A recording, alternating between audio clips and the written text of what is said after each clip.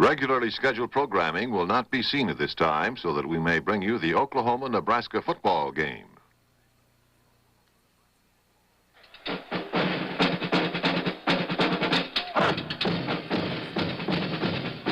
College football today. Today's game features the Sooners of Oklahoma in the top running attack in the nation against the powerful offense of the Nebraska Cornhuskers led by the explosive Johnny Rogers.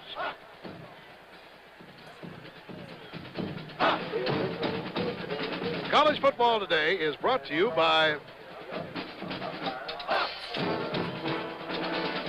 P.F. Goodrich, makers of Lifesaver, the American radio.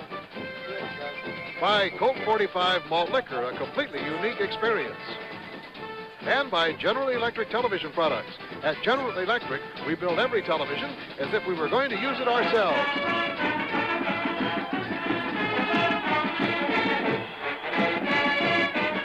Memorial Stadium in Lincoln, Nebraska is the home of college football's national champions of 1970 and 1971. Today, those Cornhuskers of Nebraska and the Sooners of Oklahoma battle for the championship of the Big Eight. And more than 76,000 fans will be here on this clear, crisp day. Hello, everybody. I'm Bill Fleming, along with Bud Wilkinson, Chris Schenkel, and all of us here at ABC Sports, welcoming you to Lincoln, Nebraska, and we hope that we can add to your enjoyment of this Thanksgiving Day. Yesterday, here at Memorial Stadium, there was a huge pep rally in honor of the Nebraska Cornhuskers who are closing out their regular season, and we thought it would be a perfect spot to do our pregame show on this stop here in Lincoln, Nebraska. So, let's watch.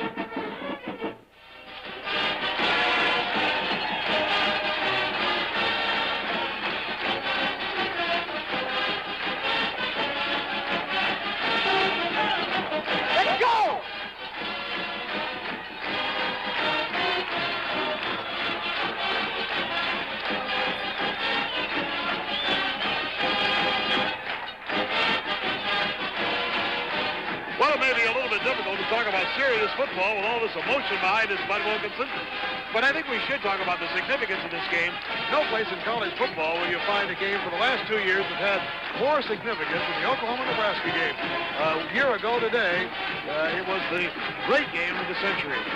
Well, this year the teams aren't rated quite as highly, but they're still very much up there. Oklahoma rated number 4 going into the game, Nebraska number 5. Oklahoma upset by Colorado. In the opening game, the Cornhuskers were upset by UCLA and then tied by Iowa State on a very muddy, slippery field.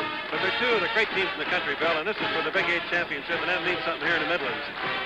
Okay, in tomorrow's game, there's added emotion because Bob Devaney is retiring as the head football coach of Nebraska. As you know, the winningest coach in college football will have his final game here in Lincoln tomorrow, and I think that's the reason we have such a tremendous amount of excitement here at the pep rally. We also are going to have 3 of the leading candidates for the Heisman Trophy playing in the game. Johnny Rogers of Nebraska, Rich Glover of Nebraska, and Greg Pruitt of Oklahoma. All great players. Okay, we'll be back to talk about the Oklahoma offense here in this 1972 edition of the renewal of the rivalry between the Cornhuskers of Nebraska and the Sooners of Oklahoma.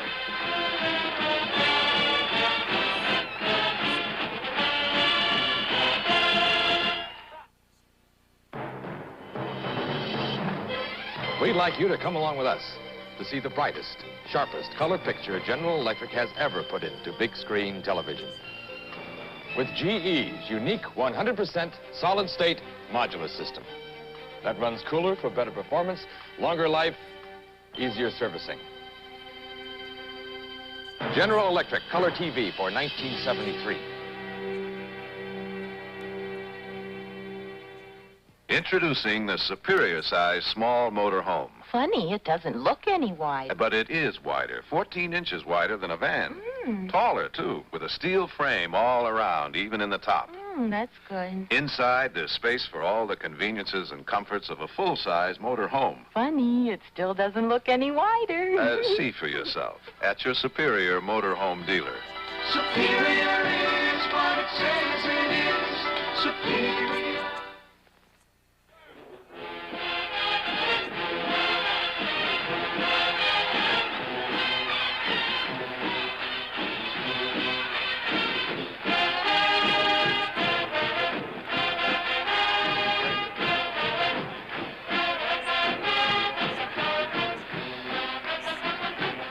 But I think we ought to talk a little bit about the difference between these teams from a year ago and right now. Let's first of all talk about Oklahoma.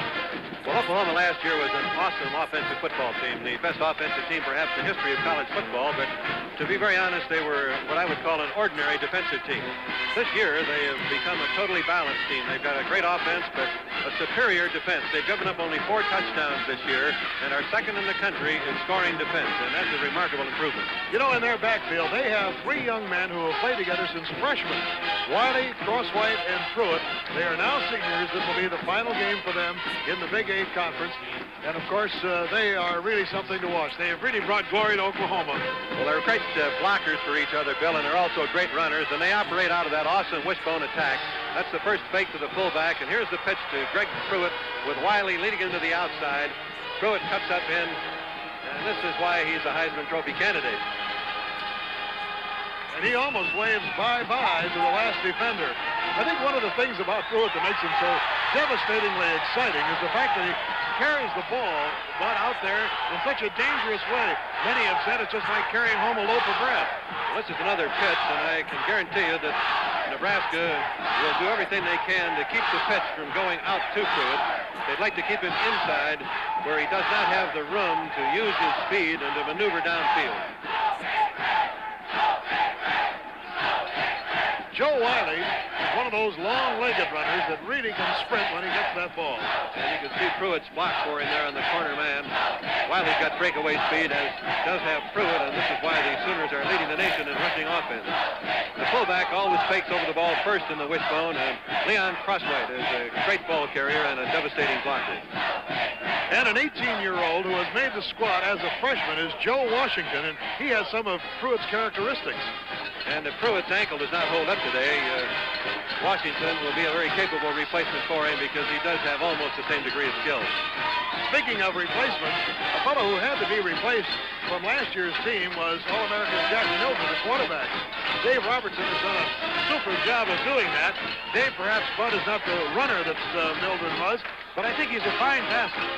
Well, Robertson has filled in very, very well. I think he's a very competent runner, but he's an excellent passer, and he's got 2 great receivers to throw to in Al Chandler and also in John Carroll, pardon me. And this was the first pass here to Al Chandler, who is his tight end, 6'3", 222-pounder, who can really go get the ball.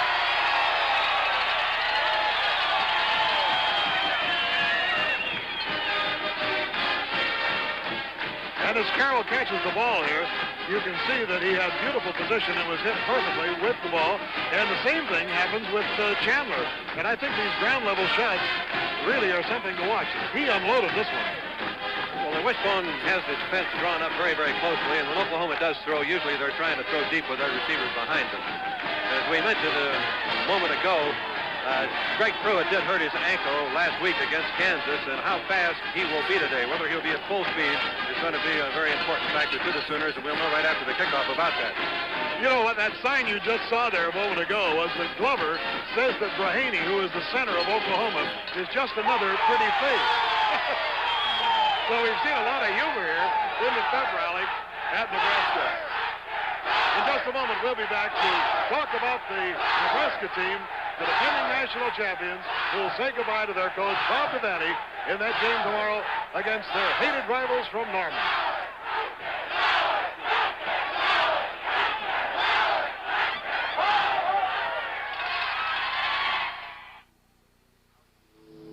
How do you prove to the world you have a tough radial tire? If you're B.F. Goodrich, you take your passenger tire to tracks like Daytona, Sebring, Le Mans, up to 200 miles per hour, not a single tire failure. Only B.F. Goodrich dares do it. Lifesaver, the tough American radial. If you're B.F. Goodrich, you run on police cars in 33 states. Quick starts, fast stops, rough, tough driving, thousands and thousands of miles. Lifesaver, the tough American radial. And if you're B.F. Goodrich, racing and chasing shows you how to make the newest, toughest Lifesaver radial ever. With steel for extra strength, cushion for extra comfort. Lifesaver RS, the tough American radial. The only radial with cushioned steel belts and and only from B.F. Goodrich.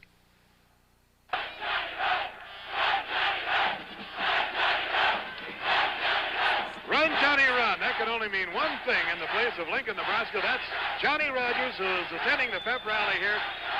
I'll tell you this, this young man, who is, of course, one of the Heisman Trophy candidates this year, has brought an electrifying excitement to college football. He's not the only boy I remember seeing, Bill, that's going to put 7 points on the board during the game that no one else would make.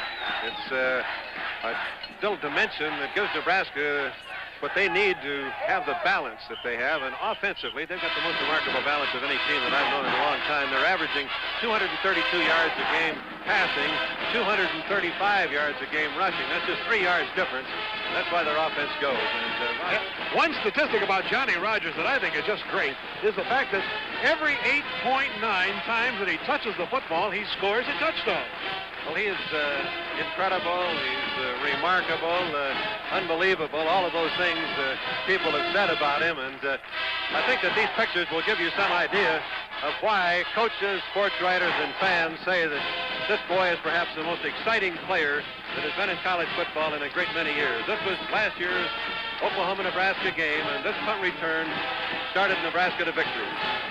This came with less than 4 minutes gone in that first quarter. It was 72 yards on the punt return, and it put Nebraska out in front by the score of 7-0. And you saw Joe Blaha wipe out Harrison there of Oklahoma with that great block. And that was the first blood in that game that turned out to be one of the most exciting games we've ever seen, 35-31 Nebraska. And here he is again against Colorado, and look at these moves. I still don't believe that one. Now, what can you say? In addition to his punt returning, he lines up all over the backfield. He'll be a wide receiver. He'll be a wing back. He may even be the tailback. And from all of those positions, he breaks out into the various areas of the field to catch the ball. And by lining up so many places, it's almost impossible for the defense to put double coverage on him. And here he comes on the reverse play as a running back. And this is just straightaway speed when he sees that goal line. Johnny Rogers has scored 46 touchdowns, an all-time Nebraska record. 46 of them, and he hopes to make it more tomorrow. They have a great sophomore quarterback also in David Hum. Hum is a left-hander who has a remarkable completion percentage. He's completing 55% of his passes. He has other great receivers in Ravel and List, in addition to Johnny Rogers. And that, of course, is why the passing attack of the Huskers has been so very effective. And, of course, you'll know that he was behind Jerry Taggy a year ago. He sat on the bench and watched that Oklahoma game, and he said to me earlier, I can't wait to get in against those Sooners. Well, it gives the boy a lot of confidence to have the kind of protection he's receiving, and also to have 3 great receivers to throw to.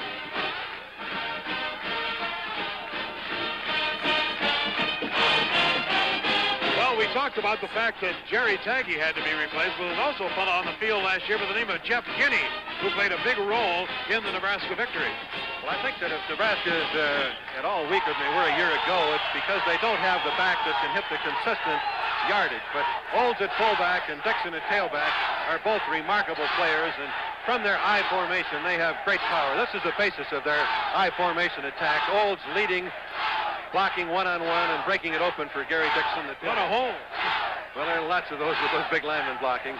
Olds himself is a fine runner, 224 pounds with good speed. A fullback that has really speed enough to get outside. A remarkable thing. You know, we've talked about offense here, but really the keynote between these two teams, and certainly Nebraska, is the defense of Nebraska, the black shirts, the ones who take so much pride. And, of course, that team is led by Rich Glover.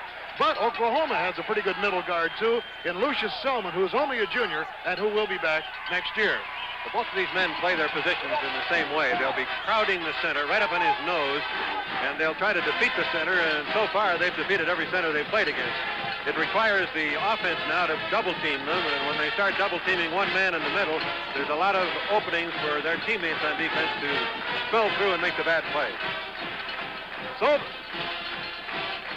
we'll be back in just a moment to talk about the keys to victory. But right now, let's just soak up a little bit of this pep rally here at Nebraska as they try to generate some heat to carry on those Huskers to victory against the Sooners of Oklahoma.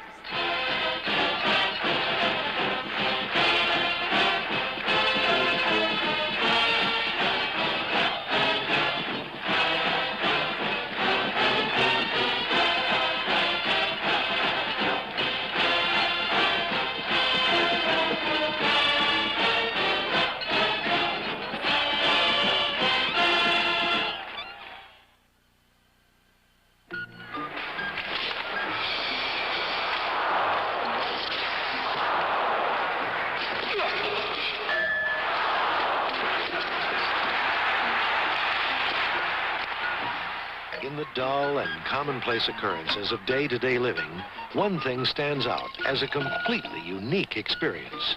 Colt 45 malt liquor.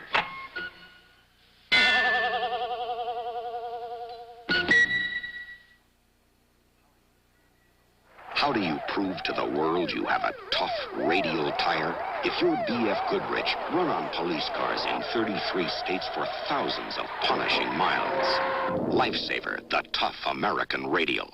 And learn how to make the newest, toughest Lifesaver radial ever. Steel for strength, cushion for comfort. Lifesaver RS, the tough American radial. The only radial with cushioned steel. Only from B.F. Goodrich.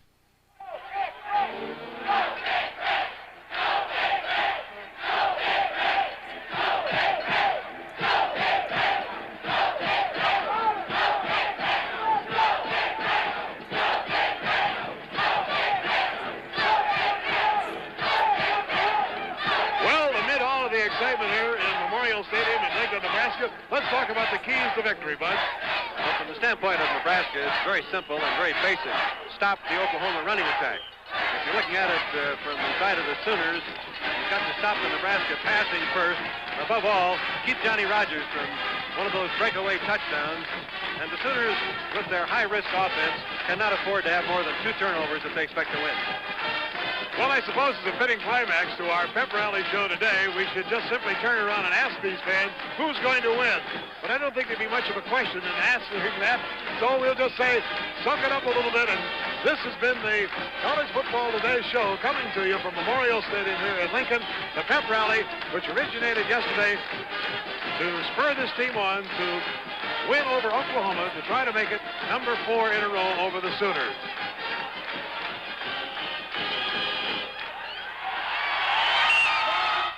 Oscar takes to the woods for a bit of inspiration tomorrow night on ABC.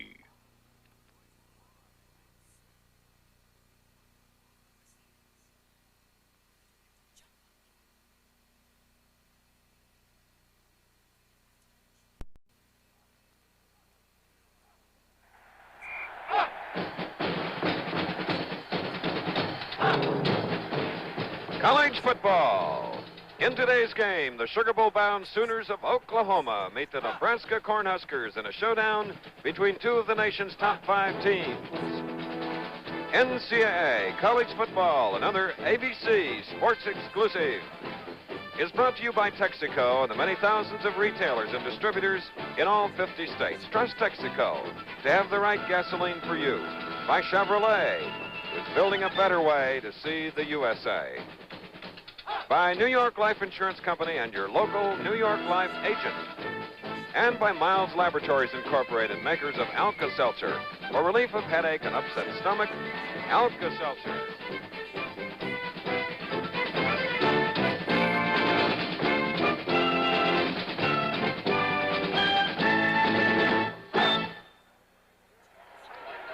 A year ago, it was billed as the game of the century. Today, this could be billed as the game of the decade between 4th-ranked Oklahoma and number 5-ranked Nebraska, the defending champions of college football. And as you see, our record capacity crowd here in the plains of Nebraska. We're in Lincoln. The early morning fog has been replaced by a crystal clear sky. The temperature around 37 degrees as the Oklahoma Sooners in the white and red, coached by Chuck Fairbanks, begin to come out on the field. And there is plenty of red here today because that's the predominant color of both teams, and it's a great rivalry. We're going to see renewed once again this afternoon, a rivalry that was helped started by this man, Coach Bud Wilkinson. Bud? It ought to be a whale of a game, Chris. Oklahomans are concerned about Greg Pruitt, their great halfback, who sprained an ankle last week against the Kansas team. I talked to Dr. O'Donohue, the team physician of Oklahoma, before the game. He said the ankle has never had any swelling in it. He hopes and expects that Pruitt will be able to play, but how well it holds up will have a great deal to do with the Sooners' offensive performance.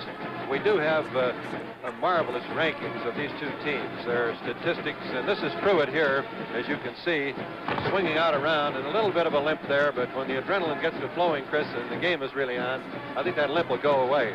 The statistics of these two teams are absolutely outstanding. We have a couple of cards here that I believe give you some idea. This is a team comparison.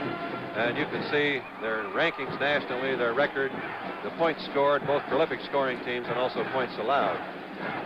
The comparison of the two teams nationally is just as interesting to me. And of course, in this game, we have more All-Americans than you could have in any matchup of any college game. Because you have people like Glover, you have Tom Brahaney, the center of Oklahoma, Willie Harper of Nebraska, Johnny Rogers, Greg Pruitt, and 3 Heisman Trophy candidates.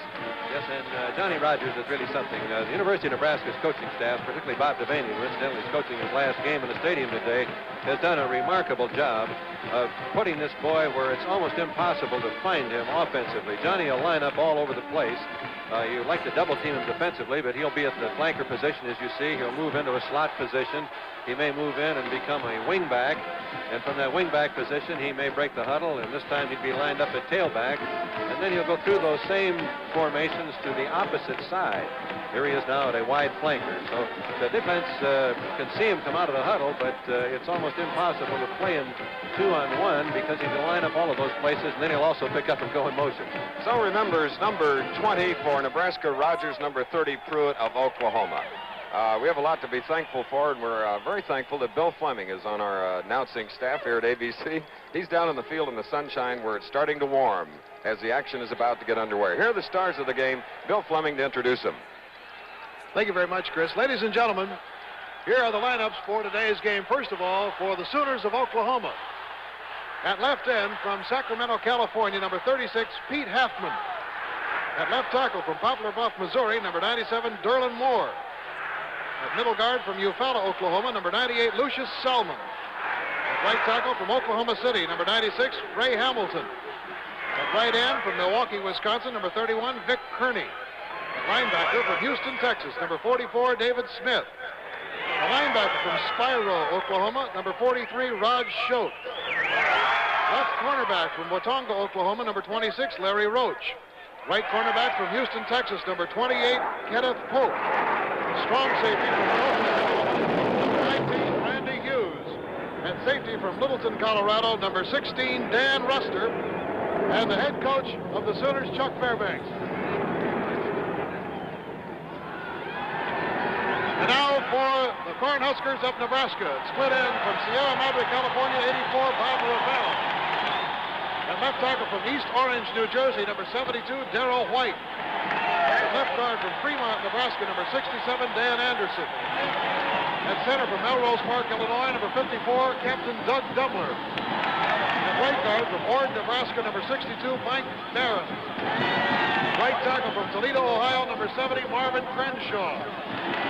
Tight end from Bay City, Michigan, number 85, Jerry List. At quarterback from Las Vegas, Nevada, number 12, David Hum. The I-back from Oxnard, California, number 22, Gary Dixon. At wingback from Omaha, Nebraska, number 20, Johnny Rogers. At fullback from Kansas City, Kansas, number 44, Bill Olds. The defensive captain at left tackle from Grand Forks, North Dakota, number 55, Bill Jensen. And ladies and gentlemen, making his final appearance in Memorial Stadium as the head coach of Nebraska, Bob Devaney. Thank you very much.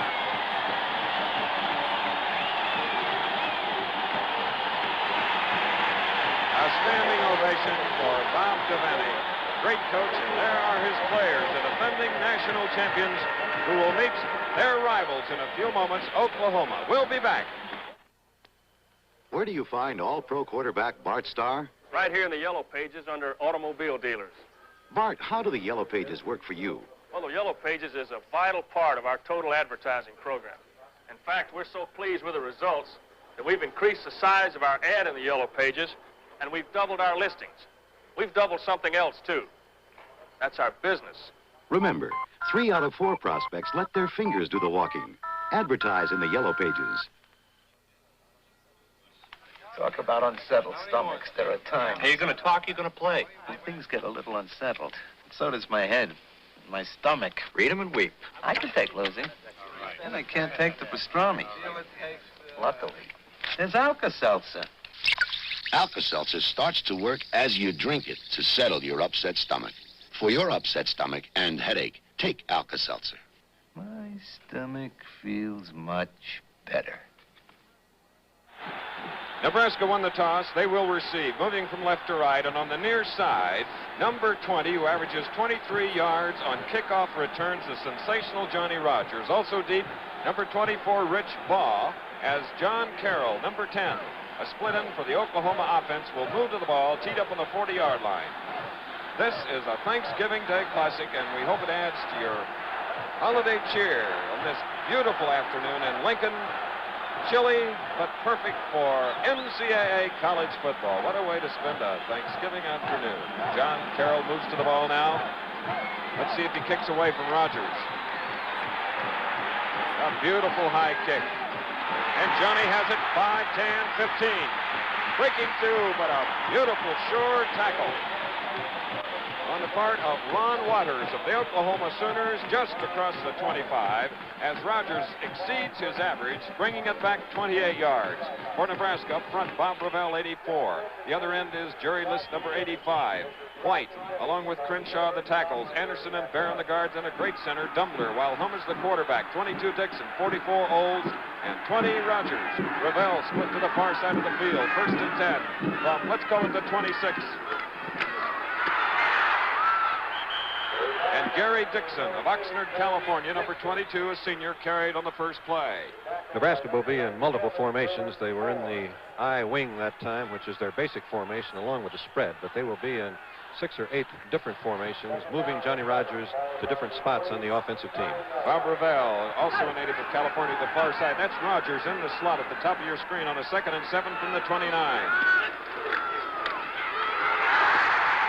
Dixon again for more Nebraska yardage. Nebraska coming into the game ranked number 5, 8 victories, a loss and a tie. As Pete Halfman, number 36, made the tackle. And it's a first down for the Cornhuskers. Oklahoma's defense is a 5-2 with Lucius Selman, number 98, as the nose guard. They've given up only 4 touchdowns in 9 games thus far. And now only Olds is the setback behind the quarterback home of Nebraska on a first down play. Rogers on a reverse from a wingback position is caught at the line of scrimmage by Derlin Moore, number 97 and number 96. Another great defensive tackle for the Sooners, Raymond Hamilton. Interesting defensive statistics for Oklahoma. Last year they were an average defensive team. This year they've become a great defensive team. So let's call it 2nd down and 10. No score in the game. Opening minutes. Nebraska with the ball. Slot formation to the near side. In fact, the double wing formation. There's Olds, the fullback. And the Oklahoma defense has come through with another great play. In total defense, they're 8th in the country. In scoring 5th or rather, scoring defense, they are number 1. Make it 2. 2 behind Michigan that we'll see Saturday, Chris. Okay. So with the ball now at the 33, a loss of 6, and it's 3rd down and 16. 5 defensive backs are in the Oklahoma defense, expecting a pass on 3rd and 16, and they're going to see it. The pass was short, just in front of Bob Ravel, number 84, and that is a kicking situation and just puts a spotlight on the Oklahoma defense, Bud. And the defensive plan of Oklahoma is very apparent. They are going to be thinking pass all of the time and hoping that they'll be able to stop the Nebraska running attack. That their basic pattern is hopefully let's not let them complete any. All right, Rich Sanger. Going back deep is Joe Washington. He is a freshman for the Oklahoma Sooners. He's back there in single safety. Here's the kick. Kicked away, and it's going to give Oklahoma great field position.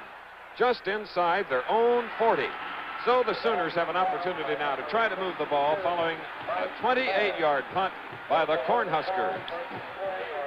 Greg Pruitt, right halfback, number 30 for Oklahoma, a Heisman Trophy candidate, is a key factor in their attack. Let's take a look at him on this play and see how well his ankle allows him to move. Oklahoma, the leading exponents of the wishbone formation. Dave Robertson is the quarterback. You see the wishbone with John Carroll, number 10, to split into the far side. Pruitt was involved on the fake after the handoff to Leon Crosswhite, the fullback.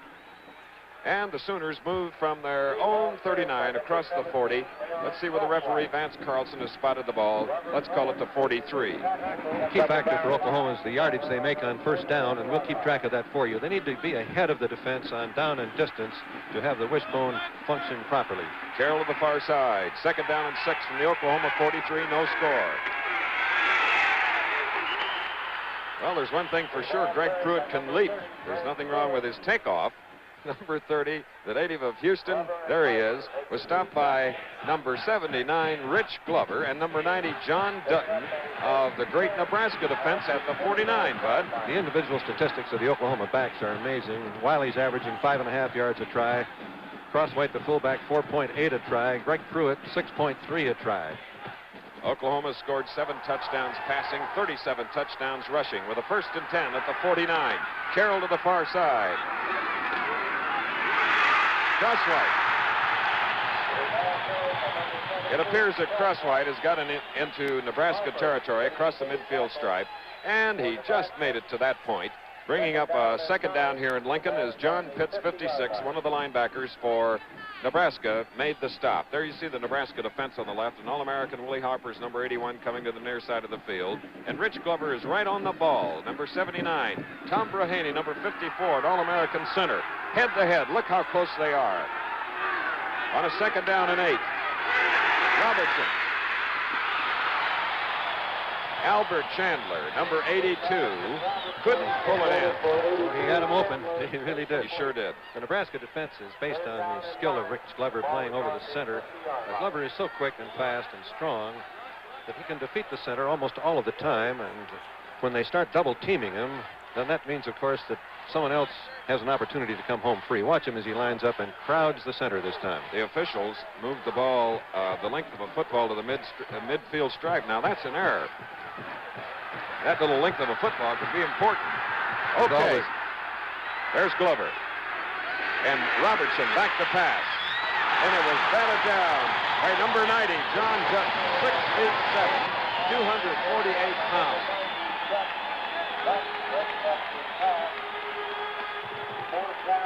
So, Oklahoma now with a 4th down and 8. Nebraska's defense nationally, 1st in total defense, 3rd in scoring defense, and 8th in rushing defense. All right, Johnny Rogers now goes deep along with Randy Borg, number 19. They await Joe Wiley's punt, number 22. 4th down and 8. Here's the punt. Into about a 7-mile-an-hour wind, Rogers wisely looking into a bright sun, called for a fair catch at the 11. The punt went 39 yards. So Nebraska now, with 17 seniors playing their last regular season game, will snap it soon after this message. Wat ik rook is taconis. What do I smoke? Taconis. Taconis is Hollands and full aroma. Taconis is Dutch. A full, aromatic tobacco. Taconis is mild. Mild. Is rijk van smaak. Rich. En aroma is heerlijk voor de The aroma, a pleasure to share. Taconis. Taconis. Oh, en jullie dachten alleen dat wij tulpen konden maken, hè? And you thought we Dutch made only tulips. General George Custer.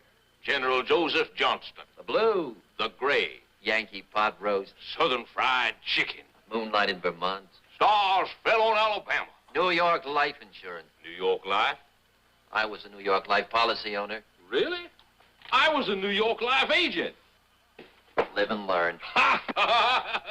Too bad about Little Bighorn. You ain't just whistling Dixie. That's all right.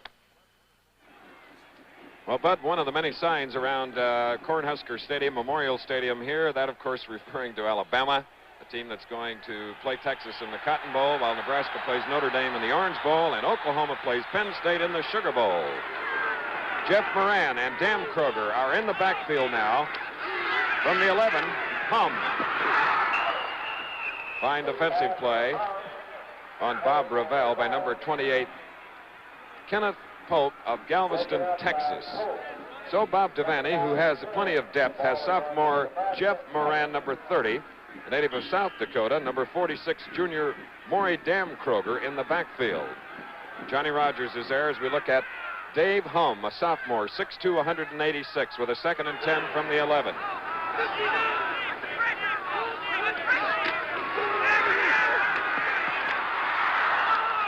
And another incompletion as Pope was covering Johnny Rogers on the play. The Oklahoma defense congratulating their defensive back on 2 straight defensive plays.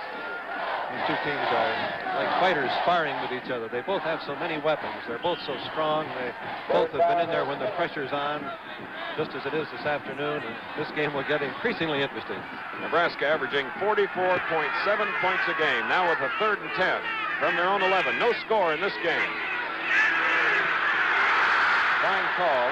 Dan Kroger. And look at the pursuit of the Oklahoma defense led by Lucius Selman, number 98. I thought Pope was up there again. Now you see Selman getting up. I thought he really had the play open. It looked as though he had some field to move in, but as you pointed out, Chris, they truly have speed defensively as well as size. It's unbelievable. Selman weighs 224 pounds, and on the last exchange of punts, Oklahoma gained 22 yards, and they held here on a 4th and 10 from the 11. Sanger from his own end zone to punt. With a following wind, the kick is up. Joe Washington is back, but the ball is short. It may be recovered by Nebraska. Yes, it is.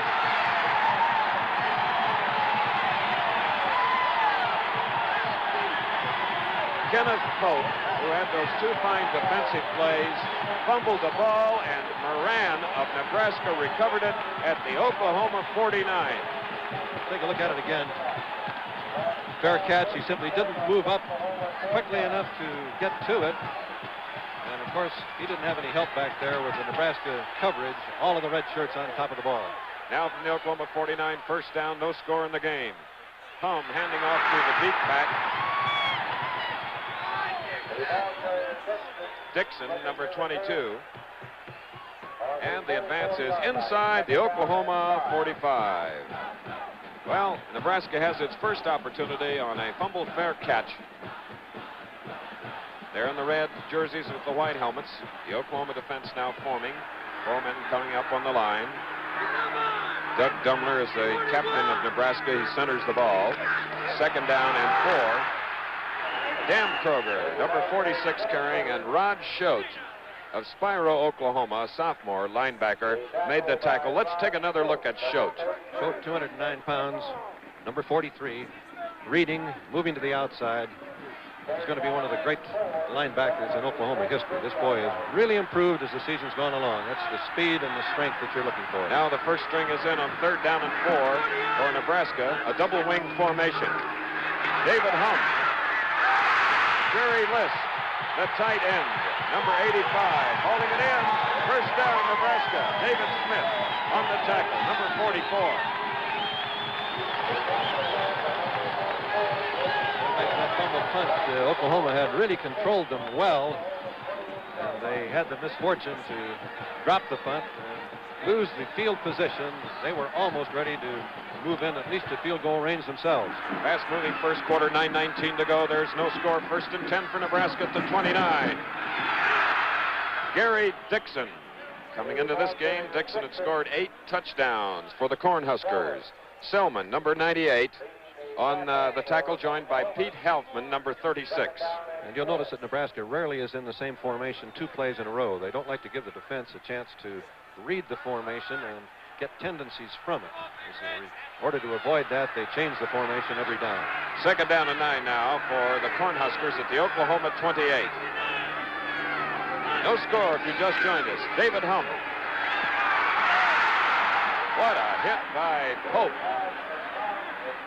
Johnny Rogers is 0 for 2 on pass catching thus far in the game. Coming into this game, he had caught 8 touchdown passes. Hum has thrown 6 times, and he's completed 2. Let's watch Rogers again. When you're as exceptional as this boy, you pay a price. You know that you're going to get wrapped every opportunity, and he certainly did get a good shot that time from Pope. Number 84, Bob Ravel, is split to the left. Johnny Rogers, 20 to this side of the play. On a 3rd down and 9 from the 28, Hum. Down the middle. Dave Gaylor, number 28, hauled it in inside the 20 at the 17. First down.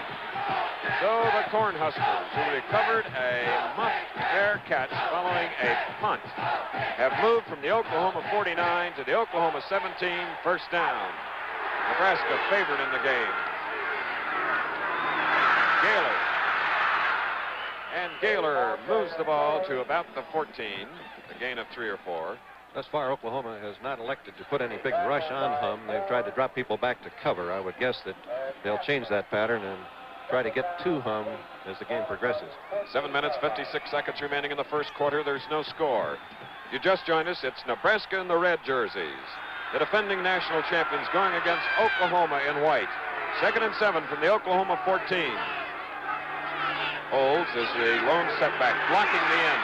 The pass knocked away by Kenneth Pope, and I don't think I've seen a defensive halfback all year that has been involved in so many defensive plays early in the game. They're really peppering him. I think that perhaps Nebraska thinks he's a little weak, but thus far he certainly has looked to be extremely effective. That's right, because Hum has completed only 3 of 8 for 25 yards. Now with the ball at the 14, it's a 3rd down and 7 with 7:38 to go in the first quarter. Now we have Frosty Anderson, number 89, replacing Bob Ravel. He's to the near side of the field. Rogers is opposite. There's the delay. Good call. Touchdown.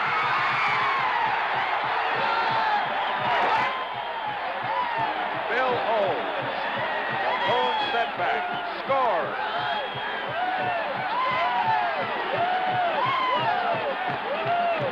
Can't get any better execution than that. Oklahoma was expecting pass. They were ready to drop back in the secondary, which they did. The linemen were ready to rush. There's the rush of the linemen. See the other people simply wiped out because the pass receivers moved to the outside, and there were no defenders left as they were moving out to cover the potential receivers on the draw play. Rich Sanger, near an NCAA record of points after touchdown in one season, has just been successful again with 7:32 remaining in the first quarter, a 49-yard drive in 9 plays. The score is 7-0. Sharp steel versus the Goodyear Custom Power Cushion Poly Steel tire. To demonstrate the penetration resistance of steel cord belts under the tread. Watch. The polyester cord body soaks up shocks, and double steel cord belts resist penetration. Poly Steel, the 40,000-mile tire engineered for American cars. Only from Goodyear. Quasar Color TV System, based on a big idea in color TV. The works-in-a-drawer TV for ease of service. We think it's a better way to build color TV because the modules can be plugged in and out right up front. Get ease of service, plus the advances in our solid-state chassis design. Plus, one-button Instamatic tuning. And look at the color on this actual closed-circuit picture. By Motorola. Opportunistic Nebraska, following a muff fair catch and a recovery, have moved from the Oklahoma 49 in 9 plays to get the first score of the game with 7 minutes and 32 seconds remaining in the first quarter. Nebraska 7, Oklahoma nothing, as Joe Washington is deep, along with Joe Wiley, a fine punt returner for the Sooners. And kicking will be Rich Sanger, a native of Colorado, with the ball teed up on the 40 as the 7-mile-an-hour following wind on a bright, crystal clear day in Nebraska. It's a short kick, and it is bobbled. It appeared to be number 39, Glenn Garson, or Glenn Russell. And you can feel the tension. Those hands get a little bit tensed up when you're trying so hard and you don't hold the ball. Well, they did recover the fumble at approximately the 23-yard line. Nebraska is in the lead, 7-0. Oklahoma has this opportunity now to try to do something with the ball. They did move it fairly well, the only other series they had it. There's the Nebraska defense on the fullback, Leon Crosswhite, a senior from Hennessy, Oklahoma.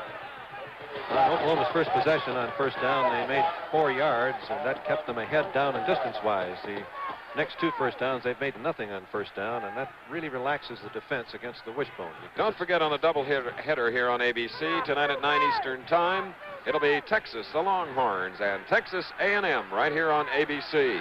Second down and 9 at the 24. Nebraska leading 7-0. Oklahoma with the ball. Here's Robertson to John Carroll. First down, Oklahoma at the 42. The defensive plan of Nebraska is to have Uralian, number 15, man for man on Carroll, and use the other 10 men to try to stop the Sooners' running attack. Let's take a look at it. Here's the one-on-one coverage, and when you run the stop pattern, it's very hard for the defender to get back up in time to make the play. Coming into this game, Robertson had only thrown 78 times, completing 39. As we indicated, they've made 7 touchdowns by way of the pass.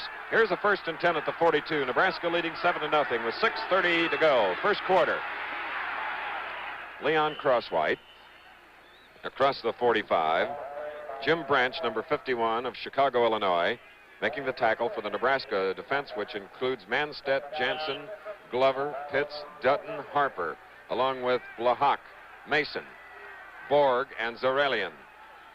And Oklahoma hopes to work on the 2 tackles, Jansen and Dutton, getting them conscious of the fullback inside so that they can use the option pitch and turn the corner. The Texas-born wishbone used by Oklahoma. 2nd and 6. John Carroll, first down at the 37 of Nebraska. Zarelian on the tackle, and Bud, a weapon that they haven't used as often as most fine college teams, is working for them. Robertson is a very fine passer, and when you get this one-on-one coverage, as you can see, Uralian did a very good job of staying in position, but without anybody to come across in front. This is Rich Glover, who they're very, very concerned about, and you can see the double-team block here. The guard, Jones, coming across, and Brahany and Jones being sure he does not get to the passer. Back live, the ball is on the ground with Leon Crosswhite moving it there, and it's Jim Branch again tackling for the Nebraska defense. There's 17, Leon Crosswhite, an honor student, 6'1", 213 pounds. Coming into this game, it scored 3 touchdowns, had a nearly 5-yard average. Robertson now has thrown 4 times, completing 2, both completions to number 10, John Carroll. Now from the 34, it's a 2nd down and 7, the deepest penetration of Oklahoma.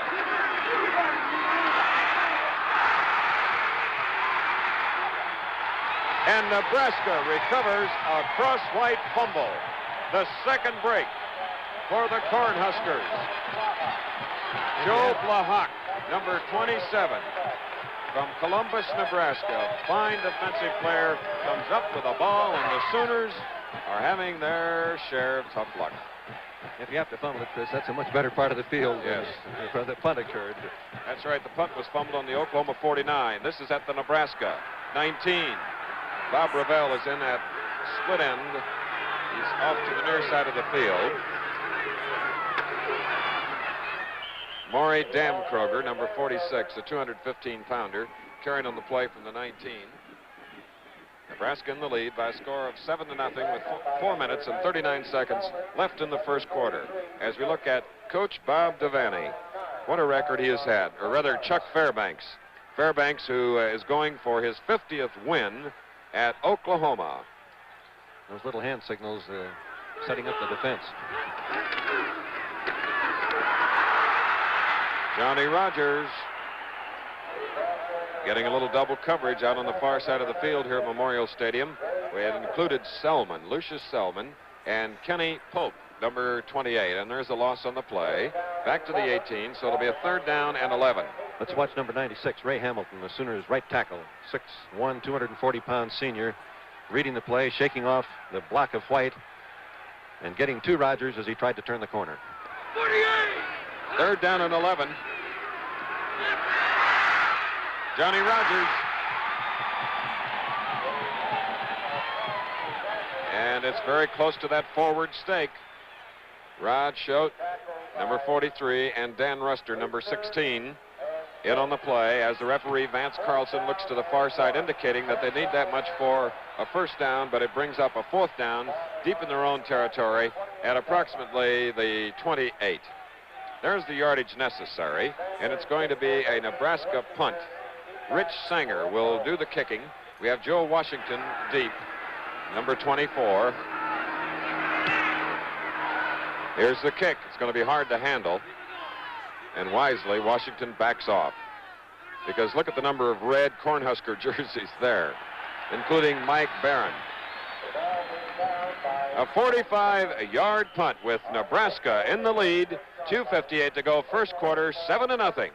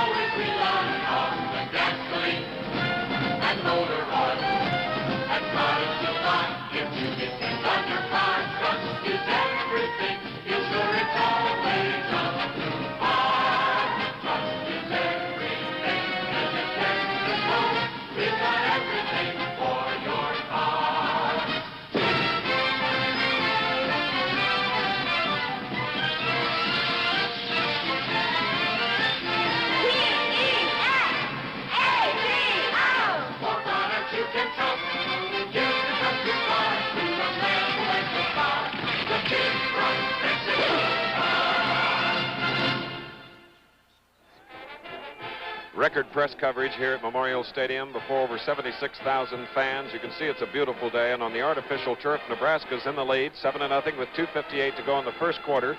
And now Coach Chuck Fairbanks of Oklahoma puts into the lineup freshman Joe Washington, number 24, in place of Joe Wiley. Crosswhite, 17, is the fullback. And Greg Pruitt, who scored 14 touchdowns for the Sooners coming into this game, number 30, is in. And he hasn't seen much action, so we'll keep checking on him now. And wears number 30 on the white jersey. From the 26, it's Washington that carried the ball. I think that Pruitt's running all right. Oklahoma's plan going into the game was to try to make some yardage inside to control the two defensive tackles in Nebraska who have great lateral pursuit, Jansen and Dutton. If they can get them concerned about their inside, then they can get the count that they want on the outside to run their option play where they will read and fake the quarterback keeping or pitching against the corner man. Carroll to the near side, 2nd down and 7 from their own 29, Oklahoma with the ball. It was thrown high. John Carroll, the intended receivers, you saw two Nebraska men in red moving back to cover, Dave Mason, 25, and Zarelian. There is Coach Bob Devaney seeking his 101st victory and his last game as coach of a regular season game. As he announced his retirement last January, he'll become athletic director following a bowl game against Notre Dame. And that last play will give you an idea of how rapidly Nebraska adjusts. They had been going man for man, Aurelian against Carroll, but they gave it double coverage on 2nd down and long yardage. Now the wishbone changes. We have a flanker and split end on 3rd and 7.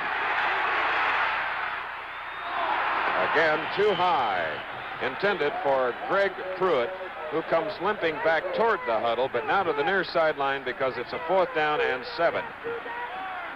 There you saw Pruitt. Now here's his Nebraska counterpart. Sensational Johnny Rodgers, number 20, with 17 touchdowns, 2 on punt returns, 8 on passes, and 7 on rushing. Watching Pruitt on that last play, I do think the ankle is beginning to bother him some, and I question very much if he will be the same factor in this game that he has been other games in his career. All right, Joe Wiley of Oklahoma will punt on 4th down and 7. Nebraska leading 7-0 with 2:14 to go, first quarter. The kick is sailing, spiraling in this crisp, clear air. Johnny Rodgers looks at it, and it's a fine weapon. The punt. From a coaching standpoint, Chris, Rodgers is back there. You want to see that ball kicked out of bounds. And it went 51 yards. And Nebraska now will try to move it from its own 19.5, 1st and 10. If you just joined us, Nebraska scored at 7:32 of the first quarter as they recovered a fumbled punt at the Oklahoma 49, and in 9 plays, the fullback Bill Olds went over. Here's that same team that has 8 victories, a surprising loss, and a tie. This game today is for the championship of the Big 8. Ooh, a dangerous pass just floated there by sophomore quarterback Dave Humm. Oklahoma had red screen and played it extremely well. I really thought that he'd throw the ball out of bounds. I don't think that he wanted to hang it out there. All right, 2nd down and 10 from about the 19.5. Bob Revell, 84 to the left. The tight end is Jerry List to the near side of the field with Rogers in the far side slot. Outside, Darrell White, the tackle. And the Oklahoma defense moves in on Gary Dixon, number 22. I don't think we've seen two defensive teams this caliber. Let's watch Lucius Selman, the nose guard for the University of Oklahoma on defense. Number 98, he's taking on Dumler here, slifting right past Dumler and doing Rick Glover's thing by being in the backfield to make the tackle. Third down and 10 as Gaylor, number 28, is in the backfield. Here's Hum. And it's going to be a punting situation as Selman comes in fast, number 98. There you see him down on the knee, and on the far side, number 44, David Smith. Many people feel that Selman is just as effective as Glover of Nebraska playing the position of middle guard, and watching him here, you've got to agree that this man is a fine football player, 224 pounds, and Chuck Fairbanks feels that he's the strongest lineman that he's coached. This is the Sanger punt, high in the air. Joe Washington calling for a fair catch, and for a change, the Sooners hang on to the ball. A 25-yard punt. Everybody remembers the Oklahoma-Nebraska game from last year. The game not only produced the #1 football team for the '71 season, but also was the #1 regular season television attraction in the history of college football. It was ABC's pleasure to televise that historic game into 21.6 million homes. And to the millions of homes tuned in today, a happy Thanksgiving. As Oklahoma now from their own 45. And Greg Pruitt showed a little bit of his inherent speed as he tried to come outside. Pruitt, number 30, was stopped by Willie Harper, 81, and Randy Borg, number 19. Let's call it a gain of 2 yards to the 47 here at Memorial Stadium. This is Glover, the All-American nose guard for the University of Nebraska, and you can see the Oklahoma plan. Let's wipe him out, and if it takes 2 or 3 to do it, well, we'll use 2 or 3.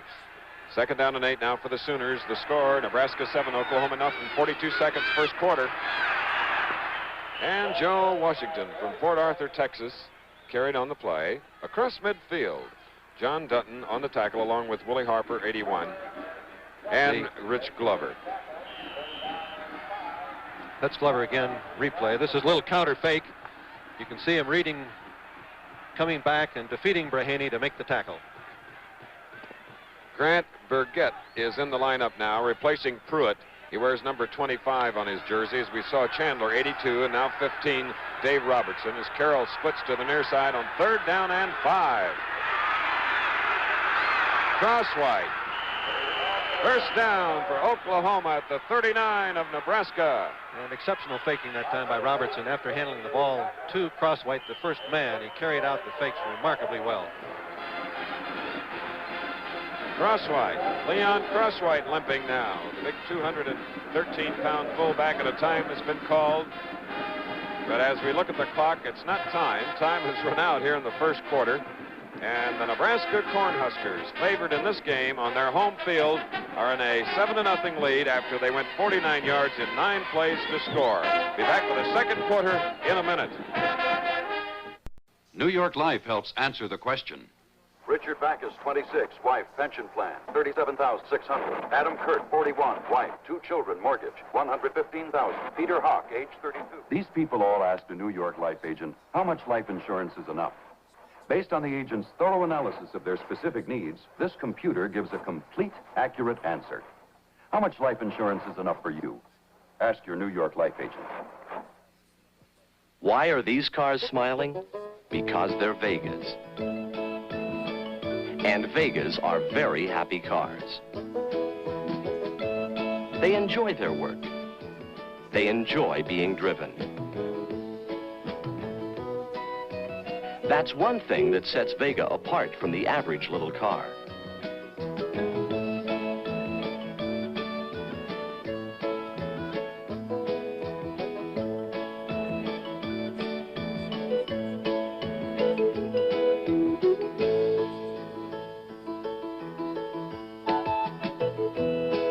Vega for 1973.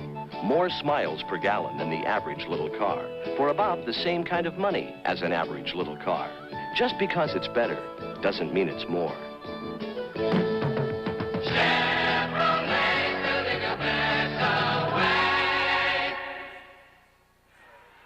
kept a lot of sign painters busy and coming up with all these signs here that are just among the 76,000s. Crosswhite 17 is up as in his feet.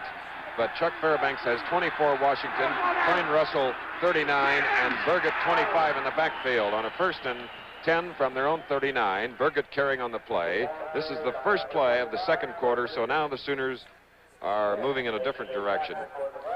Let's take a look at Glover again. Brahaney fires out at him. Number 72, Jones, comes across and finishes up on the double team.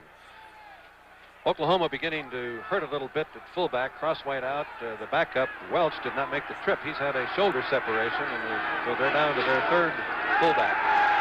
But John Carroll has been a great pass catcher. He is out of bounds at about the 26, and that should, but let's see if he's hurt. John Carroll is hurt on the near sideline. Crosswhite comes back into the Oklahoma lineup. There is John Carroll. And number 11 going in for Carroll is Tinker Owens, freshman Steve Owens' young brother. And it appears as they work on the right knee that's where it's smarting. John Carroll, a native of Norman, Oklahoma, replaced by Tinker Owen, number 11, who comes to the near side of the field. It's a first down play. And Crosswhite has the Nebraska defense keyed on him, and look at that. John Dutton and Bill Jansen. You talk about a couple of defensive tackles. And Jim Branch, the linebacker, fills when necessary. Statistics, Oklahoma leading slightly.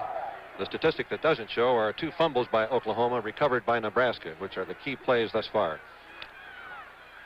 And, of course, players hurt is a stat that doesn't show. On a 2nd and 11 from the 25. Here's Robertson. Drilling one. And look how 3 Nebraska defenders came back to cover, including Blahak. Jim Branch, 51, Blahak, 27. And Oklahoma, of course, will hope to pass on the early downs when the down and distance is favoring the offensive team rather than being forced to throw on long yardage situations. 13 minutes, 45 seconds remaining in the first half. At halftime, both bands and Coach's Corner today. And our guest coach is Colorado's Eddie Crowder, the Okie from Muskogee, not Merle Haggard. Okay, to the left, Tinker Owens on a 3rd down and 11 from the 25. The shot to Tinker. Oh, couldn't get to it. 4th down and 11. Zaven Zarelian, number 15, covering on the play. And here again is Coach Bob Devaney, a graduate of Alma in 39, his 16th season as a head coach and his final regular season game. That was just 1 step from Oklahoma first down. Owens had beaten Zarelian. Robertson overthrew him 1 yard. Rick Fulcher has kicked 7 of 10 field goals this year, and Robertson will hold. It'll be a 41-yard attempt. It's up. It's no good. A 41-yard try for 3 points, and the ball comes out to the 20 with 13 minutes, 36 seconds to go. Nebraska in the lead, 7-0.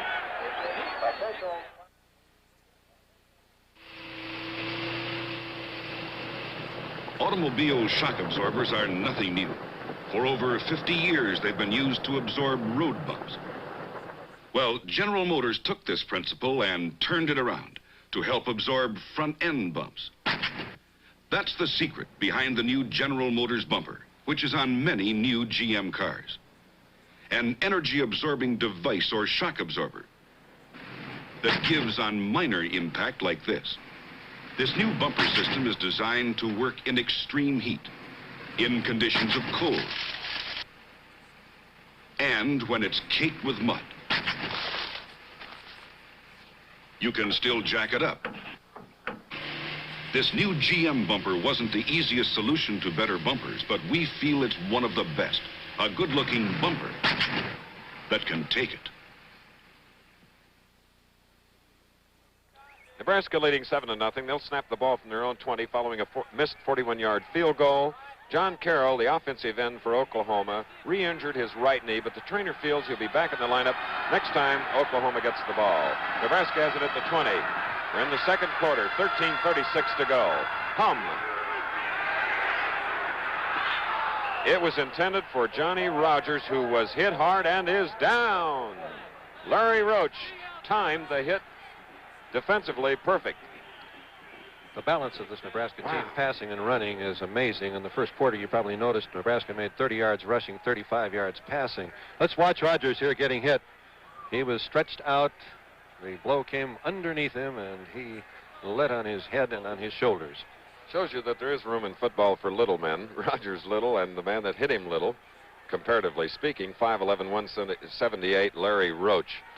Let's take a look at this play one more time. You can see Rogers looking back for the ball as he comes across the field here. He's reaching high in the air for it, and he's got no way of avoiding the blow at all as he goes up high here, and he caught it right below the ribs with the shoulder. I'm not sure he'll enjoy turkey later. It was hit right in that bread basket. Great athlete, though, and let's see. So Rogers will be replaced by Glenn Garson, number 39. Let's watch it again. You can see the shoulder come in here just as he's stretched right now. Full head of steam. Rogers moving on a collision course, and that was just head on, but he's walking off the field now, and I'm sure that he will be back.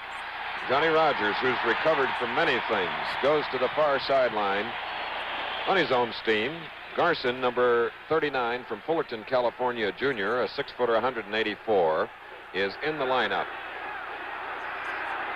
So it's going to be a second down and 10.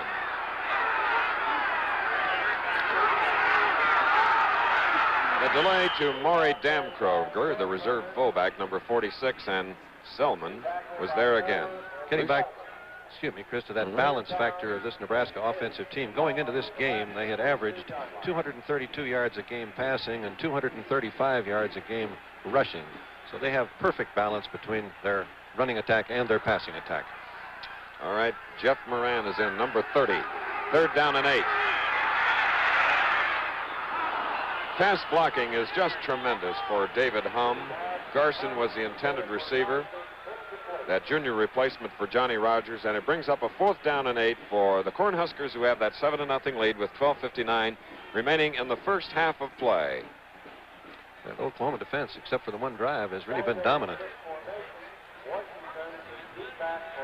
Oklahoma with one loss, and that was to Eddie Crowder's Colorado Buffaloes, and Eddie will be on at halftime, coach's corner. Here's the punt by Sanger. Washington looking at it. Has the handle at the 25, now moves up to the 30, looking for help. Well, the kick blocking wasn't too effective on that because Joe had some movement as Damkroger brings him down following a 51-yard punt. So the Sooners, looking for their first score, get the ball at the 32. Washington did a good job of making that catch, though. It was a bouncing ball, and he had not gone for it. It could have rolled another 20 yards.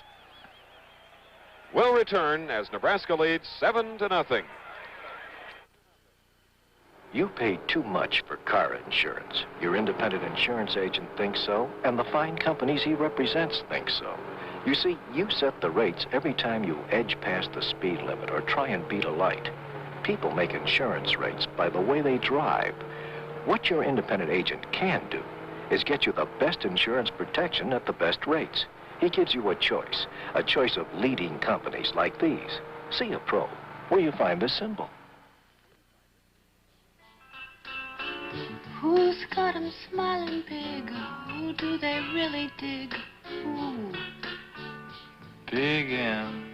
Miller Malt. Big M. Miller Malt. Big M. Miller Malt liquor. When Miller brews a malt. Miller brews it big. It's a clear day, as you can see, looking out on the far horizon. Some of the buildings here at the University of Nebraska in Lincoln, and over 76,000 watching as 12:45 remains in the first half. For Oklahoma, 1st and 10 from the 32. They trail 7-0. And Rich Glover was in on Crosswhite, number 17. And in this series, John Carroll, their fine split end, is not in the lineup. His replacement is freshman Tinker Owens, number 11. Ball has been spotted at the 34. Gain of 2, second down and 8. Oklahoma now has 2 freshmen in the starting lineup. 24, Washington. 82 is Al Chandler, a senior from Oklahoma City.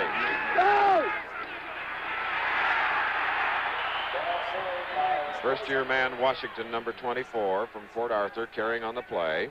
56, Johnny Pitts, helping to tackle. And let's see where the referee, Vance Carlton, has spotted the ball. Spotted it at the 37, so it'll be a third down and 5. 7-0 the score. Oklahoma continuing to have trouble on first down. The maximum they've made is 5 yards. The rest of the time it's been 3 or less. Tinker Owen at 155 pounds to the left. Here comes a pass intended for him, but it was knocked down by John Dutton. That's the second time he has knocked down a forward pass. 6 feet 7, 248 pounds. John Dutton. He also beat Foster's block that time. So it's a 4th down and 5, another punting situation. And Mr. Rogers is back in the game to receive the ball. And he wears number 20 on the red jersey. Number 19, Randy Borg, goes deep with him, but now steps ahead of him as Joe Wiley will punt with Brahaney centering the ball. Here's the kick. And Borg calls for a fair catch at the 36 of Nebraska. And Rogers stays on the field, so apparently he's going to stay in that powerful Nebraska offensive unit. So Nebraska now will try to move following a 26-yard punt as they lead 7-0 with 11:30 remaining first half. To the far side, Bob Ravel. The flanker just out beyond his tackle. Marvin Crenshaw is Rogers. Gary Dixon loses the ball. Oklahoma has it. We see no signals, no whistles. And number 31 of Oklahoma, Vic Kearney. Well, the ball hit the ground, so he cannot advance it as you can in professional football, but it was ruled a fumble. Oklahoma has recovered the Nebraska fumble, and it's the Sooners' ball. But Kearney did the right thing, so you never run, Chris. Officially, just run with the darn thing. Absolutely. You're never, they can always bring it back, and if you should have run it and don't, that's a horrible error. All right. That fumble caused, like most of them are, by hard hitting up front. Just tremendous. I'm sure you saw it on your screen and almost felt it. So now Oklahoma from about the 41 with a 1st and 10 in Nebraska territory. Robertson. Tinker Owens is out there. Oh, too long. Tinker Owens had beaten Zeralian.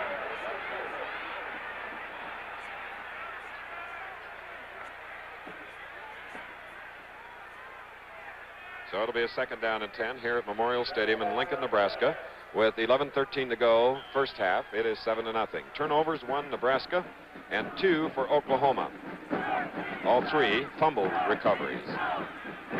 2nd and 10 from the Nebraska 41. Bama ran to Texas. Nebraska gets something. Joe Washington. John Dutton. That's that big boy. Moving laterally to show you what speed these huge linemen have, joined by Jim Branch, number 51, and Randy Borg, number 19. That's not a regular wishbone play, Chris. That was just a straight-up power sweep. And very effective. And a 6-yard gain by the freshman Joe Washington as we have a 3rd down and 4 at the 35 of Nebraska. Nebraska scored following a recovery of a fumble, going 49 yards in 9 plays. 3rd down and 4. Crosswhite. There you see 90 again. And let's see if we see 79 somewhere in there. I would guess that they're going to go for this one. They're just a little bit out of their field goal range. They've got 4th down and about 2. This is a team that has tremendous confidence in their running attack, in fact, in their entire offense. Of course, Oklahoma fans outnumbered here in Memorial Stadium, the home field of Nebraska. But the ones that are here, just like the Cornhuskers, are wearing red and cheering. They go for it. 4th down and 2 from the wishbone. Ball is just across the 35. Robertson. Oh! Joe Blahak comes up with the 3rd Oklahoma error. Great field position, and they had the right call, but he simply didn't execute it. Don't know whether his hand was hit as he tried to pitch it or whether he just let the ball slip away from him. I didn't see anybody there to pitch it to, Bud. Neither did I, and I think that was the fact that someone went the wrong way. Right. Sophomore Dave Hum now from right near his 35. Hides the ball beautifully. It's knocked down. Looked like number 96, Raymond Hamilton, a senior, called Sugar Bear by his teammates. More important, he's on the dean's list in Norman. For excellence, not for bad conduct. From the 35 now, there you get a look at John Carroll, the injured Oklahoma split end, and doesn't appear he's going to be showing up for a while. Smooth run by Jeff Moran. He loses the ball. Waiting for the official ruling. The Oklahoma player says we have it. Randy Hughes was on top of it, but apparently the play was blown dead prior to the miscue. So now, with the ball at the 39.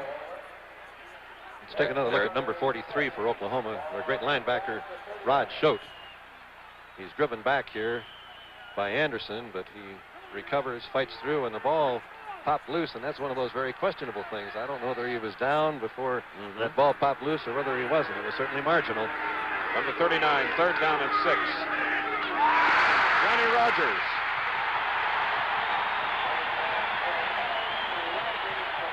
I don't think the midsection shot hurt Johnny Rogers at all, but a lot of credit, Bud, should go to the quarterback, David Hum, for laying that ball in there so quickly. He started down the line as though he were going to run an option play, just raised up and hit him in the seam. Hum, being left-handed, could be moving to the bottom of the screen and make that play. Rusty Anderson to the far side. From the 41. And Oklahoma intercepts the pass. Dan Ruster, number 16, a pass intended for Johnny Rogers. He pulls it right out of the air. So, Hum is intercepted by Ruster here at Memorial Stadium in Lincoln.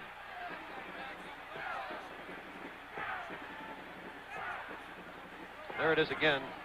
He moved in on Rogers as the ball was in the air and simply took the ball away from him.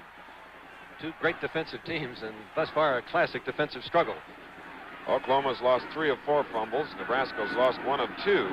And Nebraska's been intercepted once. Oh, boy. From the 16 now, Oklahoma, 1st and 10.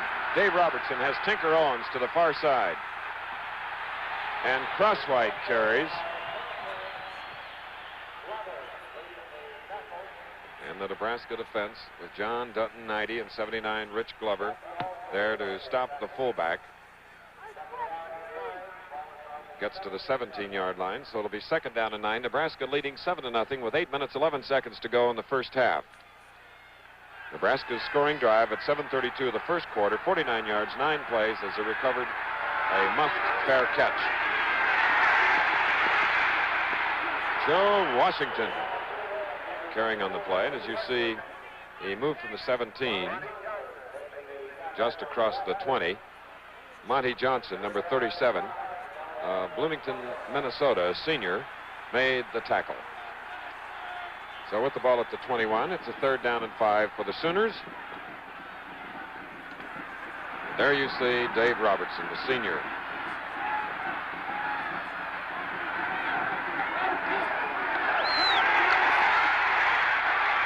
Al Chandler, 1st down, Oklahoma.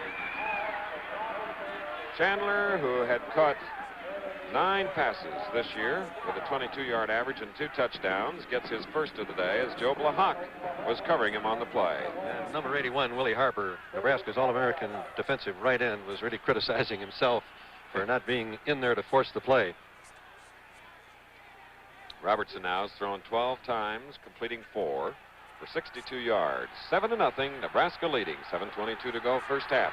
Tinker Owens to the near side, 1st down. And Grant Burgett of Stroud, Oklahoma, sophomore, carried. Harper was over there, along with 51 Branch. Nebraska continues to do a remarkable job against the Sooners on first down. The Sooners have now had 11 first down opportunities. They made 5 yards once, 3 yards 3 times, and the rest of the time it's been 1 or nothing. About a 10-mile-an-hour breeze moving from left to right, the direction Oklahoma is trying to move against Nebraska. 2nd and 8. And Tinker Owens, the freshman from Miami, Oklahoma, pulls it in. The monster man Dave Mason covering on the play. Tinker is tiny. He's 5'11", 155 pounds, much smaller than his big brother Steve Owens, the Heisman Trophy winner. Here he is running the sideline pattern, and this is why many coaches think that the wishbone is a tremendous passing formation. The running threat from it is so great that it's difficult to ever have 2 men covering on the wide receiver. Nice 17-yard play to the 44 of Nebraska. 1st and 10, Oklahoma. Leon Crosswhite. In fast was Dutton and 81 Harper.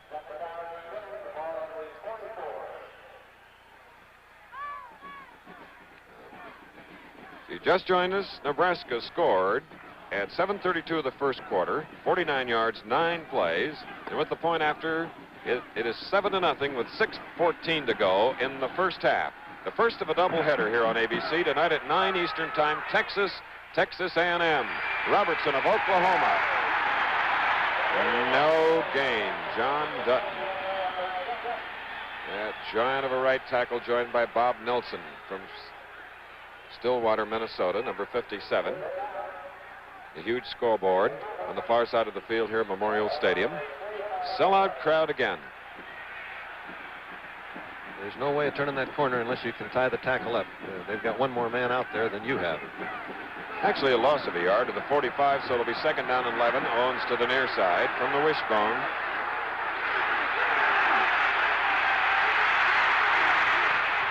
And Robertson had to run as his receivers were covered. Rich Glover and Dutton and Harper all there to do a fine job for a defense that has allowed an average of a little over 7 points a game. They've recovered 20 fumbles. They've intercepted 12 passes.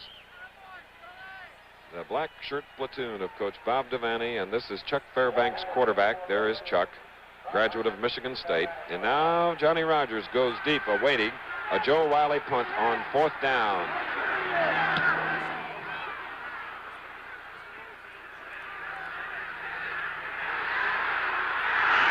And the Sooners, Tom Brahaney, who snapped the ball, tried desperately to keep it in the field of play and down it after it was kicked 44 yards by Joe Wiley. 4:45 to go in the first half. The score, 7-0 Nebraska. In 1818, Lord Byron wrote a pretty good Camaro commercial. There is a pleasure in the pathless woods. There is a rapture on the lonely shore. There is society where none intrudes by the deep sea, and music in its roar. I love not man the less, but nature the more. Getting away. That's what the new 73 Camaro Type LT is all about.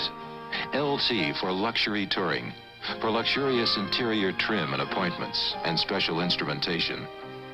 LT for the privacy and luxury of quiet, for standard power steering and a 350 V8 engine. LT for 73, a new Camaro that's a better way to get away.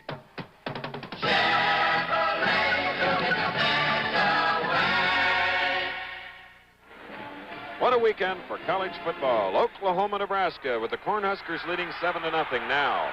Texas A&M tonight. And Michigan, Ohio State on Saturday. More about that later. From the 20, that is Bob Ravel, getting about 4 yards on that pass from sophomore David Hum. Randy Hughes covering defensively. Something about that ball coming off the left side that looks a little bit unusual, and it does change the timing for the defense. Ravel now goes to the opposite side, and between the split end and the tackle, Johnny Rogers, number 20, on a 2nd down and 6 from the 24.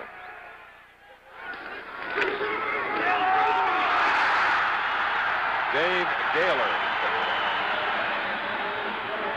Stopped by David Smith, but not until he had gained the necessary yardage for a Cornhusker first down. Let's look about the Oklahoma offensive injuries. They're playing without two defensive starters, linebacker Milstead and N. Bacchus. Rogers at the top of your screen. Ravel opposite on a first down. Here is Dan Kroger. And 3 Sooners helping to bring him down, including Selman, Halfman, 43, Rod Schote. It's an interesting thing and a tribute to both coaching staffs. A game with as much on the line as this one has, and not a single penalty thus far in the game. Vance Carlson is the referee, with Bob Claseres, Wendell Winkler, John McClintock, Chet Laney, and Ed Merrifield. Second down and 10 for Nebraska. Frosty Anderson to the far side.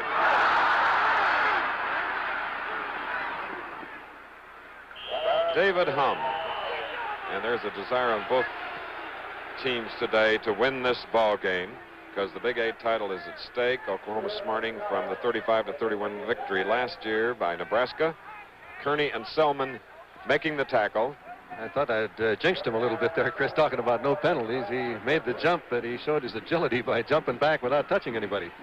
With the ball about at the 38, this is the third down play. Nebraska leading 7-0, 2:45 to go in the first half. Rogers to the far side. Anderson, 89 to the near side. Hum to Anderson. And it's a first down. Nebraska at the 42 of Oklahoma.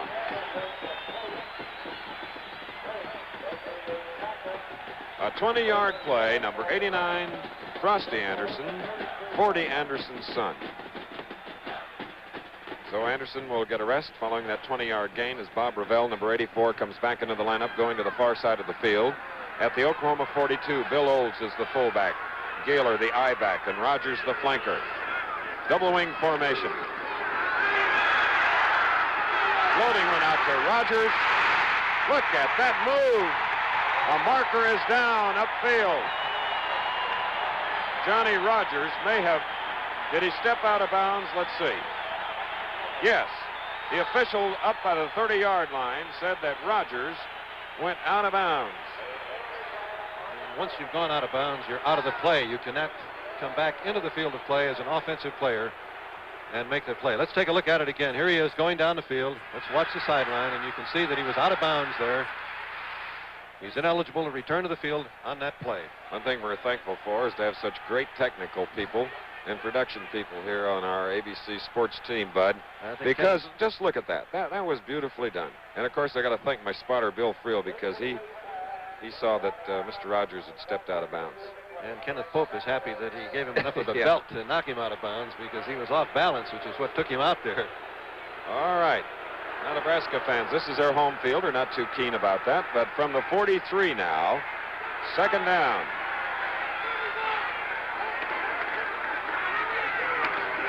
And Gaylor, number 28, carrying on the play. And 43, Schote, along with 44, David Smith, a junior from Houston, Texas, on the tackle. Don't forget tonight, here on ABC at 9 Eastern Time, it'll be Texas A&M, a renewal of another rivalry, a Thanksgiving Day rivalry, Bud.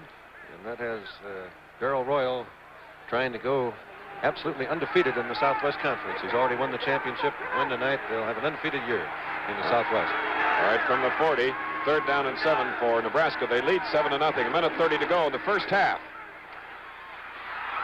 And Johnny Rogers, the intended receiver. That's the first time Oklahoma's put the rush on. It was very effective. Hum had to throw before he was ready, and a little bit before Rogers was ready.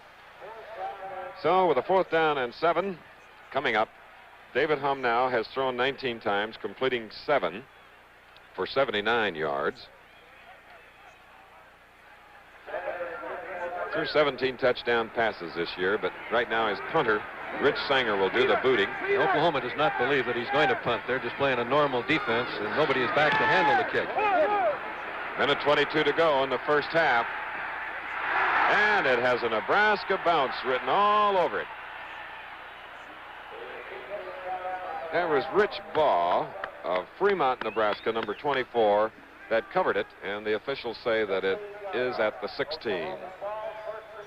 So the Sooners, who trail 7-0, have 1 minute and 15 seconds on the clock here as the bands begin to form, including the Pride of Oklahoma band and the Nebraska band. And we'll have Coach's Corner, and it's the Colorado Buffalo coach, Eddie Crowder. I think we'll like his impression because he's a young man that defeated Oklahoma, he and his team, for their only loss of the year. Crosswhite was stopped by Monty Johnson. Rick Glover, the middle guard, is a tremendous defensive football player. Oklahoma's respect for him is well shown in these pictures of 2 men going against Glover. That time it was Brahaney and Jones as Crosswhite hit over the middle. Tinker Owens. Carroll still not back in the lineup as Joe Washington carries. This is one time, Chris, where the wishbone is really not as effective a formation. When you begin to race the clock and you don't have wide receivers out where you can open up the play, it's very difficult to move the length of the field in a short period of time. They gained a yard on that play, so it'll be 3rd down and 5. From a coaching standpoint, the moral of that story is that you shouldn't be behind. Well, Nebraska went ahead on a 49-yard march in 9 plays. To score the only touchdown. Summer Olympic Games were televised in an unprecedented manner by ABC Sports, and the gold medal coverage continues on a regular basis. ABC's Wide World of Sports, the distinguished award-winning series, spans the globe in search of excitement and human emotion. ABC is the only network with collegiate and professional football, the pageantry, spectacle, and the classic rivalries of college football, and NFL Monday Night Football with the great teams plus our own trio of Frank, Dandy, and Howard. NBA basketball, speed and grace Sunday afternoons and at prime time during the playoffs. The American sportsman depicting the thrill and the challenge of the outdoors. The popular Professional Bowlers Tour live with all the great bowlers in its 12th year. ABC Sports covers the outstanding motor races, including the classic Indianapolis 500. Golf, the United States Open, PGA Championship, British Open, and 10 other great tournaments. The all-star lineup, it's all here on ABC Sports. So with only 27 seconds remaining here in the first half on a 3rd and 5, Leon Crosswhite carried on the play as we look at a young man that re-injured an ankle that he injured last week after gaining 135 yards in the first half. Greg Pruitt of Oklahoma. And he really does feel badly. This was the game he'd looked forward to. Oklahoma losing last Thanksgiving Day. He'd been waiting for a year to play this game. And Rich Pruitt Glover was shaken up on a previous play. His replacement is John Bell, number 66. Nebraska took the timeout. 21 seconds remaining. The clock would have run out. They'd like to have their hands on the ball and try a couple of passes.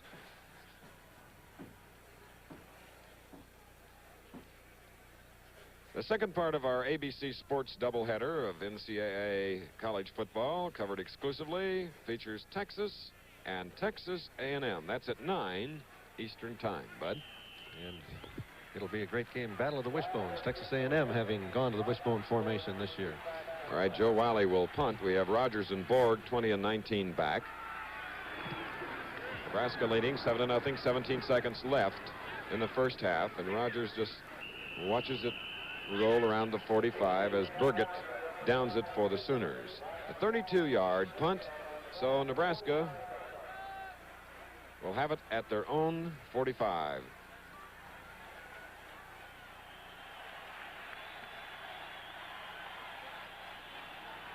Saturday here on ABC at 1 Eastern Time, another royal battle between Ohio State and the Michigan Wolverines.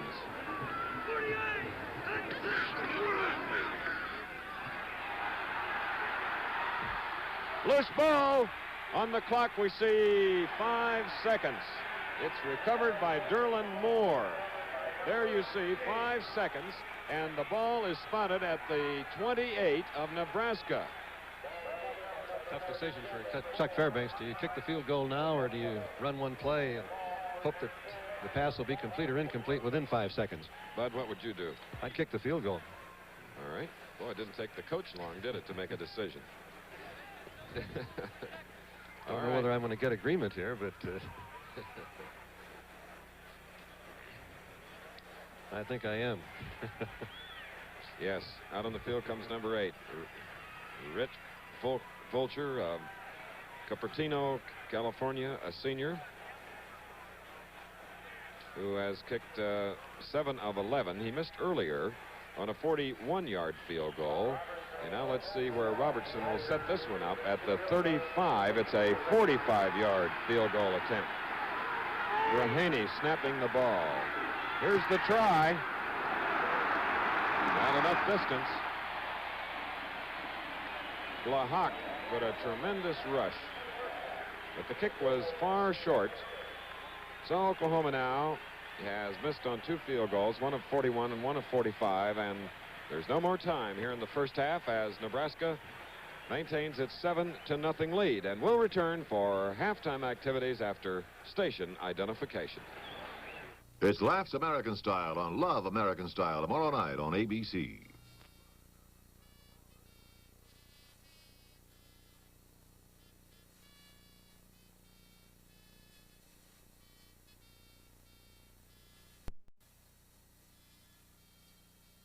Done it again in the second half. Gee.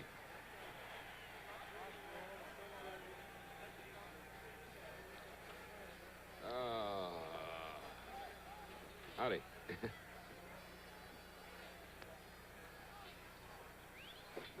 Well, it's halftime at Memorial Stadium in Lincoln, Nebraska on, well, there isn't a cloud in the sky. It's absolutely gorgeous. A little on the chilly side, but it's football weather with Nebraska leading 7-0. And for those of you that joined us late, following a muff fair catch after a punt, Nebraska got the ball at the Oklahoma 49, and in methodical fashion, they went 49 yards in 9 plays with their fullback Bill Oles scoring and Sanger kicking the extra point. And that's just the score we have now, 7-0 at halftime. Oklahoma tried twice on field goals, a 41-yarder and a last-second field goal ending the first half of 45 yards, failing on both. One thing about failing, the 2 bands will not fail because they're both great.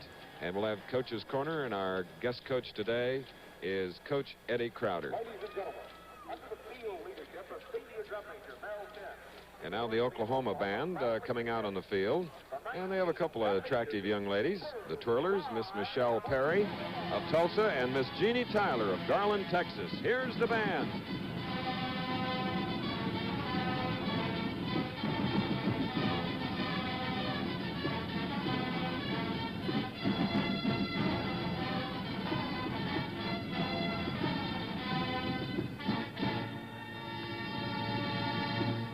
Well, the opening fanfare introduces a program by the Pride of Oklahoma Band of 192 members.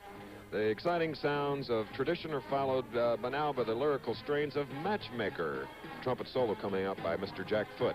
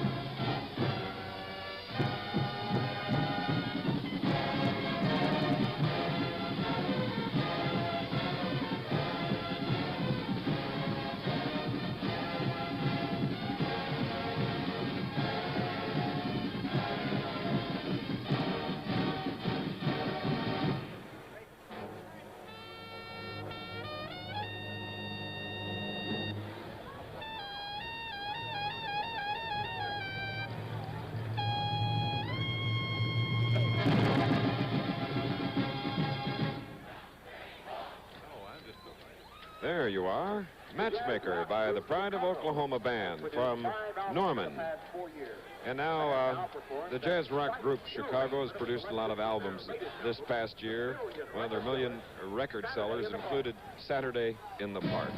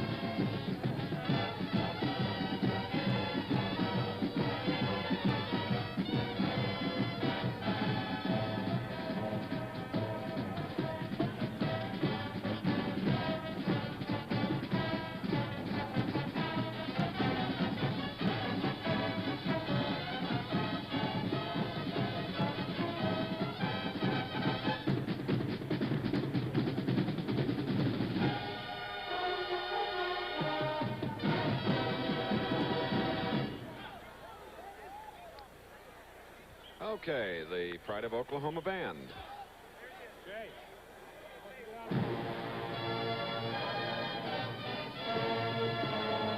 And what better tune here on Thanksgiving Day, when there's a lot to be thankful for, than playing America the Beautiful. This is Thanksgiving Day, a day when all Americans traditionally pause and reflect, a time when the American dream, though diverse in its specific interpretation, is shared by all and re-examined.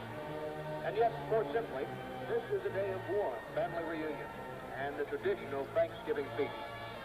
We invite you to pause now with the University of Oklahoma Band in saying, America, truly the beautiful.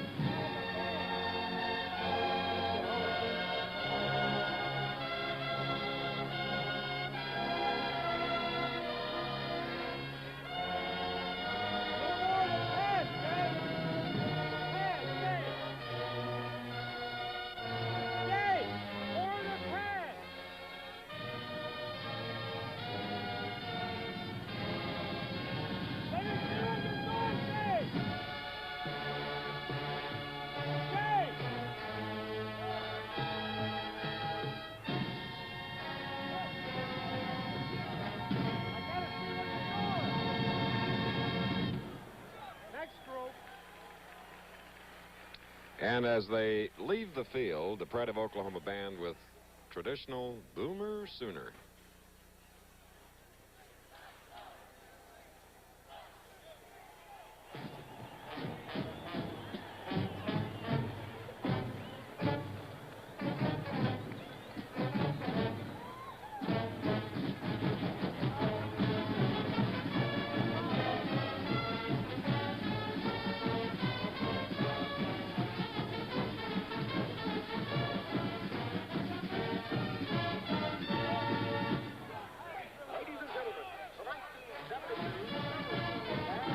On the far side, the Thanks Bob is for Coach Bob DeManny, coaching in his last regularly scheduled game. He's been here 11 years and a near perfect record. And a perfect performance by the Oklahoma Band. More with the Coach's Corner soon. To our nation's colleges and universities, and that's why the best in medical attention is given to the college athlete. For instance, here at the University of Michigan, the Sports Services Building, head trainer Lindsey McLean and his staff care for the Wolverine athletes. McLean's staff has 4 certified trainers, 2 of which are registered physical therapists. In addition, 2 doctors, an internist, and orthopedic surgeon are on call. The athlete is not only treated for his injuries, but is also helped in the rehabilitation phase. The best in equipment is used, and here at Michigan, the training staff is always looking for new and better ways. The whirlpool is familiar, but they've discovered that cold instead of hot water is sometimes better. Here, an assistant trainer keeps ice bags handy for treatment. A major institution will spend $10,000 to $15,000 a year to keep well supplied with tape and medicines. Michigan, like other NCAA schools, cares about its student athletes. Halftime score here in Lincoln, Nebraska. The Cornhuskers 7, the Sooners nothing. And now let's go to Coach's Corner and our colleague, Bill Fleming. Thank you, Chris. Coach's Corner is brought to you by the Travelers Insurance Companies and Travelers agents and brokers everywhere. And our special guest today on Coach's Corner is the head football coach of the Colorado Golden Buffaloes, Mr. Eddie Crowder, himself a graduate of the University of Oklahoma. Well, Coach Crowder, you've seen an exciting 30 minutes. Is it exactly like you thought it was going to be at halftime? No, actually, Bill, I've been somewhat surprised with the number of critical errors. I also have been very impressed, particularly with the quarterback play by David Humm, an outstanding sophomore. Coach, let's take a look at our player board here and take a look at how Nebraska started out this ball game. We saw the double wing a couple of times, and then they used it in a very, very critical situation to score. Well, this was unquestionably the big play, the big play of the first half. David Humm, the quarterback for Nebraska, had already had third and long yardage twice in the drive, and he'd hit passes on those situations. He had third and 10 approximately at the 10-yard line, and he went with the draw play. He was in the spread formation, which I've got. He went with the draw play, dropped back to pass, handed off to, I believe the back in this case was Olds, who broke on the draw play up the right side of the offense into the end zone for the touchdown, which has been the difference in the game till now. You know, it's amazing how breaks really determine the outcome of a game, especially when teams are so high. You know, as we were watching the game here, when that one break occurred, when the missed fair catch came, you could almost tell that Nebraska was going to take advantage of it. Well, Bill, Nebraska's had an amazing ability in those situations when they get a break to convert them to touchdowns. Oklahoma's had a couple of breaks and has not been able to do so, and that's been the difference. Well, in just a moment, we'll take a look at some of the crucial plays in this first half of play as the Cornhuskers of Nebraska lead the Sooners of Oklahoma here at halftime, 7-0. Last year, we at the Travelers set up our Office of Consumer Information, a place you could call to have the mysteries of insurance explained in plain English without any fear of getting sold something in the process. Since then, we've had over 40,000 telephone calls and letters. And out of this experience, we put together a booklet that answers some of the most important questions people have been asking us. Questions like, why do some insurance claims take so long to collect? If you turn in a claim, will your insurance automatically be canceled? What's this health care they're talking about in Washington? Just call us, and we'll send you a copy free. Or call us if you have any questions or problems about insurance. After all, now that we know that human beings and insurance companies really can talk with each other, we both might learn something.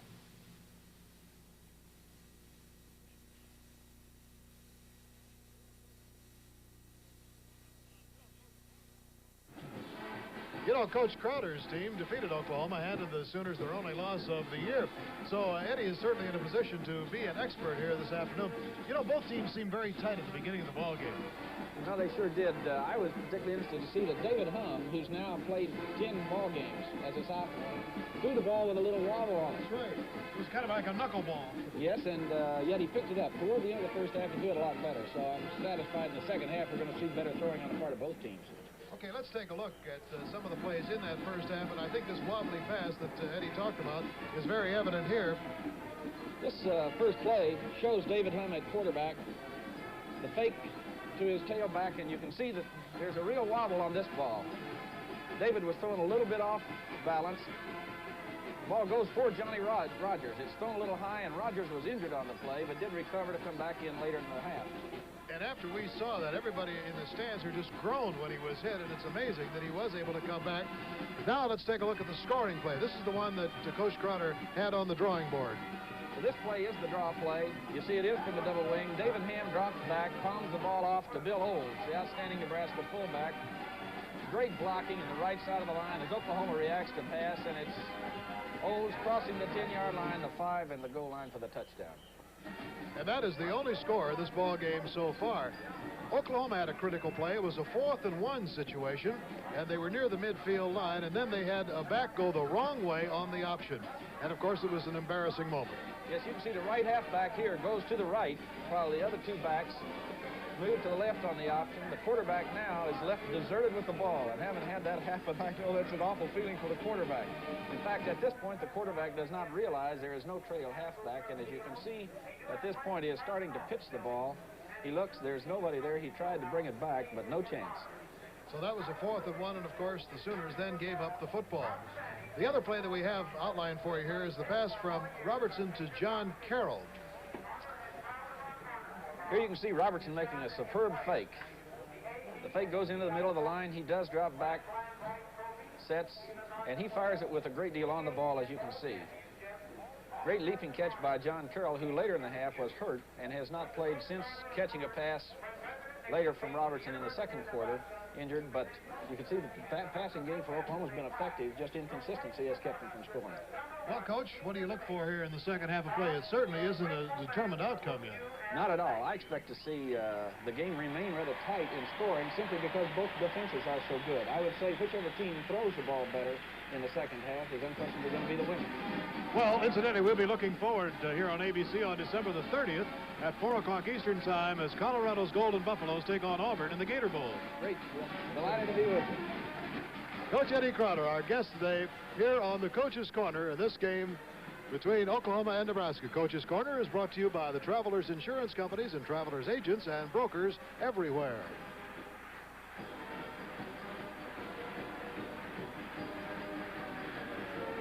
All right, as the band from Nebraska takes leave of the field here at halftime, we'll take a look at our statistics here at halftime. In the first 30 minutes of play, the most important statistic of all, of course, is that the Sooners are trailing 7-0 to the Nebraska Cornhuskers. But it's been a very even football game. First downs are 7 apiece. In the offensive plays, there's only one play that Nebraska has in an advantage over Oklahoma. But the big thing is up on the scoreboard. Nebraska leading by the score of 7-0. Back in just a moment. Hail to the men of Texaco, men of the Texaco Star. We like to think that Texaco, we've got everything for your car. They've got gasoline, motor oils, antifreeze, coolant too, oil filters, lubricants, accessories for you. All the things to keep your engine up to par. We've got everything for your car. That's why you can trust your car to the man who wears the star for the kind of products that can take care of your car at every Texaco station. Clean across the nation, you can trust your car to the man who wears the star, the big bright Texaco star. The Hawks trail 14-13 with just 5 seconds left in the ball game. Riley drops back to pass. He's throwing deep, way down from McKee. He's got it. Touchdown, the Hawks win it. After 4 tough quarters, you're ready for more than one cold beer. And that means you're ready for Schaefer. Schaefer is the one beer to have when you're having more than one. Since the days of the land run in Oklahoma, men and women have been striving for the good life. At the University of Oklahoma, the home of the Sooners, quality education born through a tradition of academic excellence has provided the opportunity for more than 86,000 graduates to achieve that life. With more than 23,000 students, OU is built on an academic structure of 16 colleges on the Norman campus and the Health Sciences Center campus in Oklahoma City, each endeavoring to provide a solid foundation for the young men and women whose desire for knowledge has brought them to the institution of higher education. This is the university in the land of the Sooners, where students of all ages and interests can come to learn. The University of Oklahoma, where learning is a natural thing. The Oklahoma-Nebraska game is being brought to you by General Motors and the people who make Chevrolet, Pontiac, Oldsmobile, Buick, Cadillac, Opel, and GMC trucks, all with the GM mark of excellence. By Monroe shock absorbers and front and rear load leveler stabilizing units. By Texaco and the many thousands of Texaco retailers and distributors in all 50 states. Trust Texaco to have the right gasoline for you. And by the United States Tobacco Company, makers of Mark IV, a noble cigar. With me right now is Mr. Bob Lund, General Sales Manager of Chevrolet Motor Division. And Bob, it's just wonderful to have you here, and we're thankful that Chevrolet has provided so many scholarships to both of these institutions. Well, Bill, Chevrolet is grateful and thankful for having had the opportunity to provide scholarships for these two schools. And I totaled it up this afternoon, and I noted that these two schools, or players from these two schools, have provided a total of in excess of $16,000 in Chevrolet scholarship funds thus far in the last 2 years. And with today's game, of course, that means $2,000 more. And actually, the outstanding offensive and defensive player awards could possibly come from these two teams. Very easily could, and we'll see you on the night of December the 18th for those presentations. That's right. Also after today's game. Now, let's go back to Chris Schenkel for the start of the second half. And it'll be Nebraska kicking from right to left to the Oklahoma Sooners. Nebraska's in the lead 7-0. 2 men deep now for the Oklahoma Sooners. The touchdown coming at 7:32 of the first quarter, a 49-yard march in 9 plays. Joe Washington moving laterally now for the Sooners, and it's a fine run back of the kickoff starting the second half, bringing the ball back to the 29-yard line. 22-yard return by freshman Joe Washington. So the Sooners, who trail by 7 points, have a 1st and 10.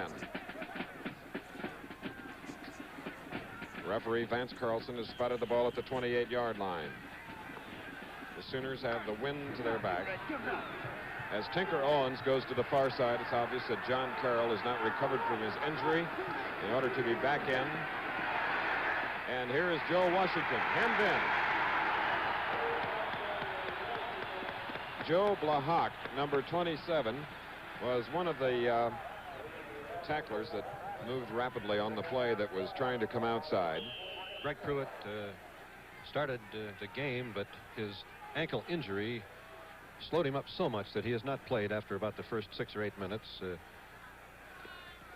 Loss of 2 yards in the play. It'll be a 2nd down and 12 for the Sooners, who come into this game ranked number 4 in the country with an 8-1 record.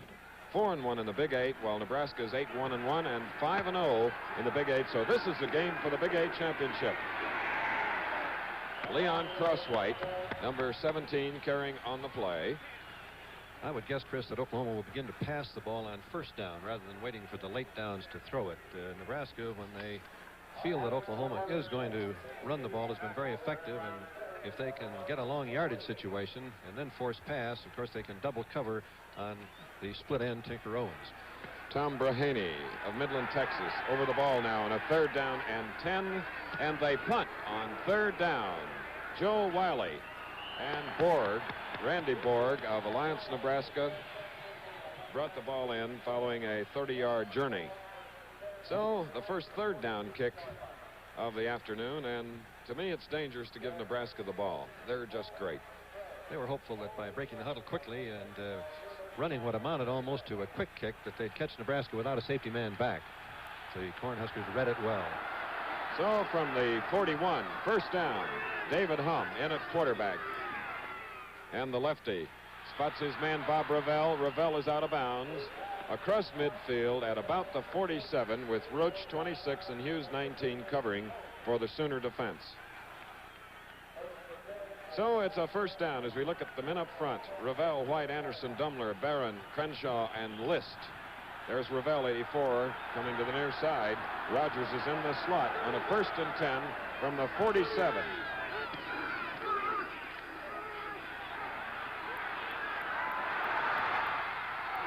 What a defensive play by Randy Hughes, leaping high to knock it away from Bob Ravel, who had beaten him. And what a great fake by Bill Olds. It's very seldom that our cameramen are fooled. Humm now has completed 8 of 21 for 90 yards. The touchdown, the only one of the game, coming on a run by Bill Olds of 14 yards on a beautiful play in the first quarter. Anderson to the near side of the field, 2nd down and 10.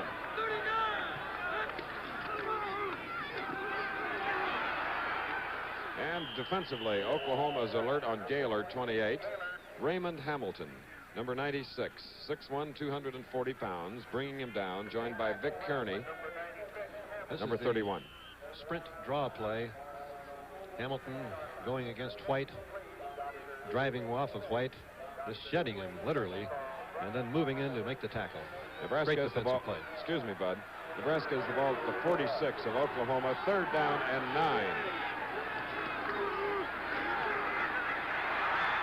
Great defensive play.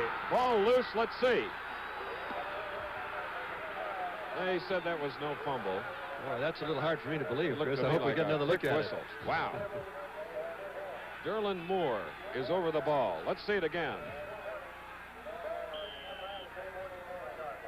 Hum dropping back, getting a hard rush, and that ball certainly looked to me to be a fumble, and Oklahoma recovered, but the referee standing there ruled otherwise. A 12-yard loss, 4th down and 21. Here's the kick by Sanger. It's a beauty. Joe Wiley is deep, letting it go through or into the end zone for a touchback. So we have 12 minutes and 6 seconds remaining in the 3rd quarter with Nebraska leading 7-0, and we've just seen a 54-yard punt by Sanger of the Cornhuskers. We'll return for more action following this message from one of our many sponsors.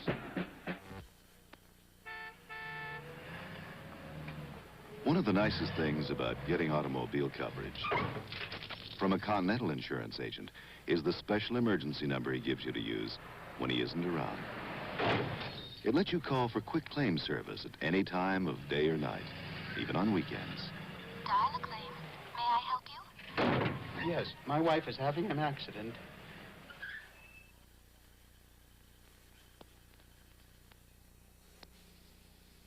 Right now is the time for winter tires. And at your Goodyear service store or participating dealer, you can get Goodyear's Sure Grip winter tires with 192 deep, rugged cleats to give a big grip at this low price. Goodyear, America's best-selling winter tires. With 12:06 to go in the 3rd quarter, Nebraska leads Oklahoma 7-0. They're everywhere here. Capacity crowd, standing room only crowd, some of them up high.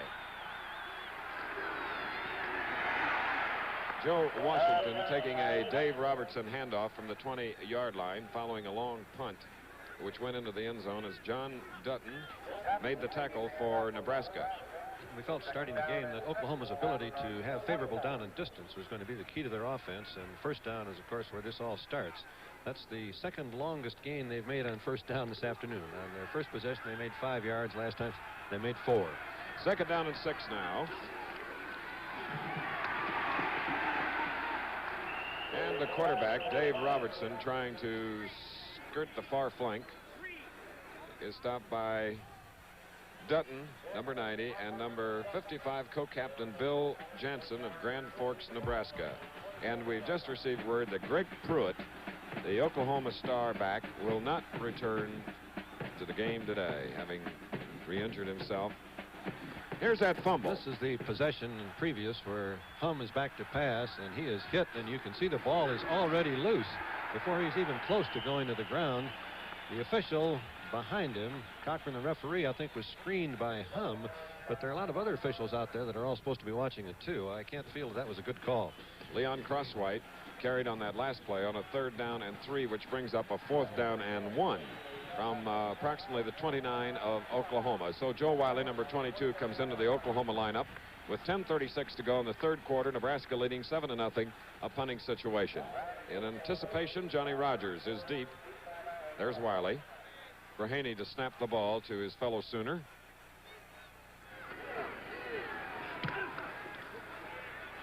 It's a high punt. Rogers looking at it.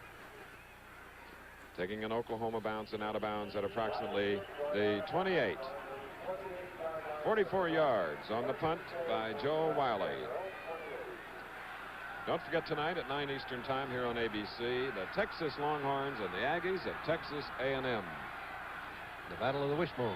And but I know that we're heading east to Columbus, Ohio, to televise the game on Saturday between Michigan and Ohio State. On the 28, first down. Hum for about 3 yards. Pete Halfman, number 36 of Sacramento, California, in the white jersey, moved fine to the far side. And that was a new wrinkle, a fake up the middle, the option play being run by Hum with Johnny Rogers as the trailing back to have the option to pitch to him. If he gets it, it's something. The ball for Nebraska is across their own 30-yard line. Let's call it 2nd and 8 as we look at Hum, the sophomore.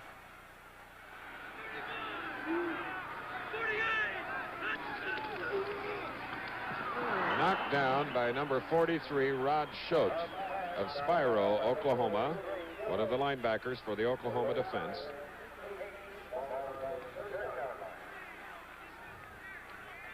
The Oklahoma defense now has knocked down 3 forward pass attempts today, Bud. And that was great recovery there. It was a very quick fake into the line, and to read it well enough to be up high enough to knock the pass down.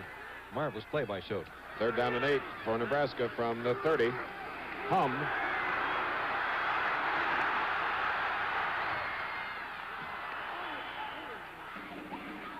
And it's incomplete.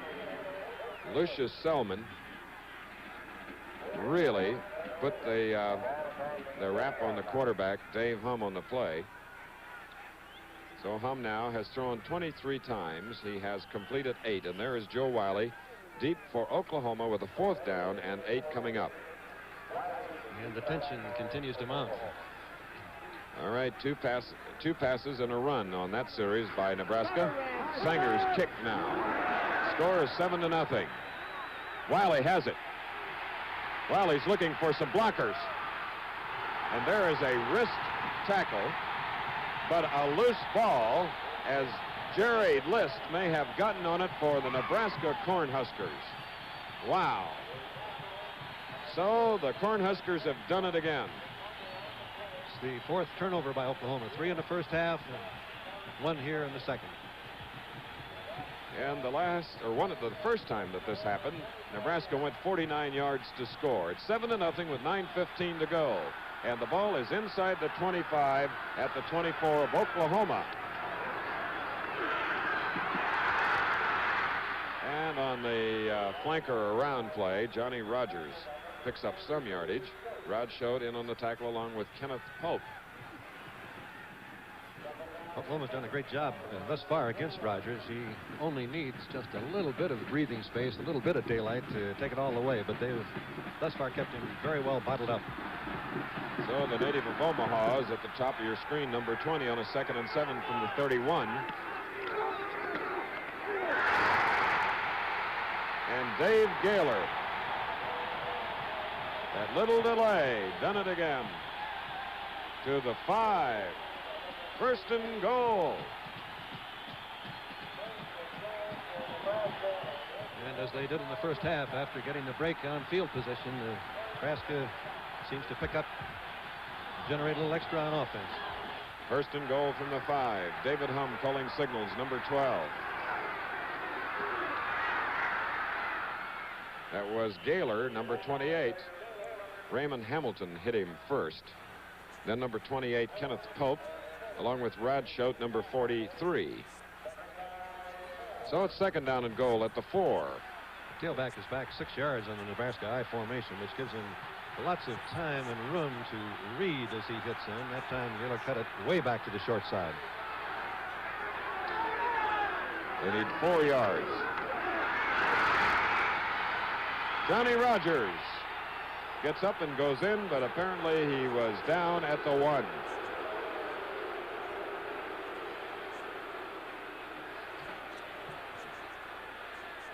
Boy, he loves that end zone. He's been in there 17 times this year.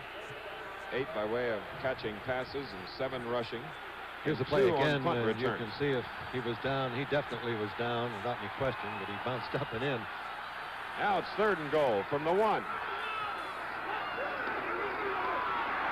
And the Oklahoma defense put about 10 men up on the line, and they deny Nebraska a touchdown, so it'll be 4th down and goal. This is a little decision for Bob Devaney. Do you kick an almost sure field goal or that close to the goal line, or are you going to go for the touchdown? A freshman, Leroy Selman, made his first play of the game.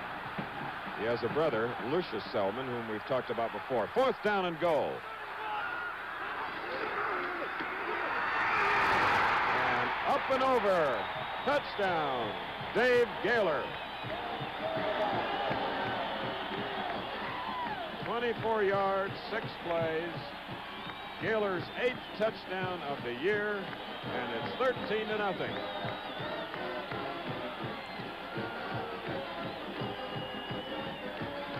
Let's watch it again. They've got a jam down below, and he is up, over, scoring by about a foot or two.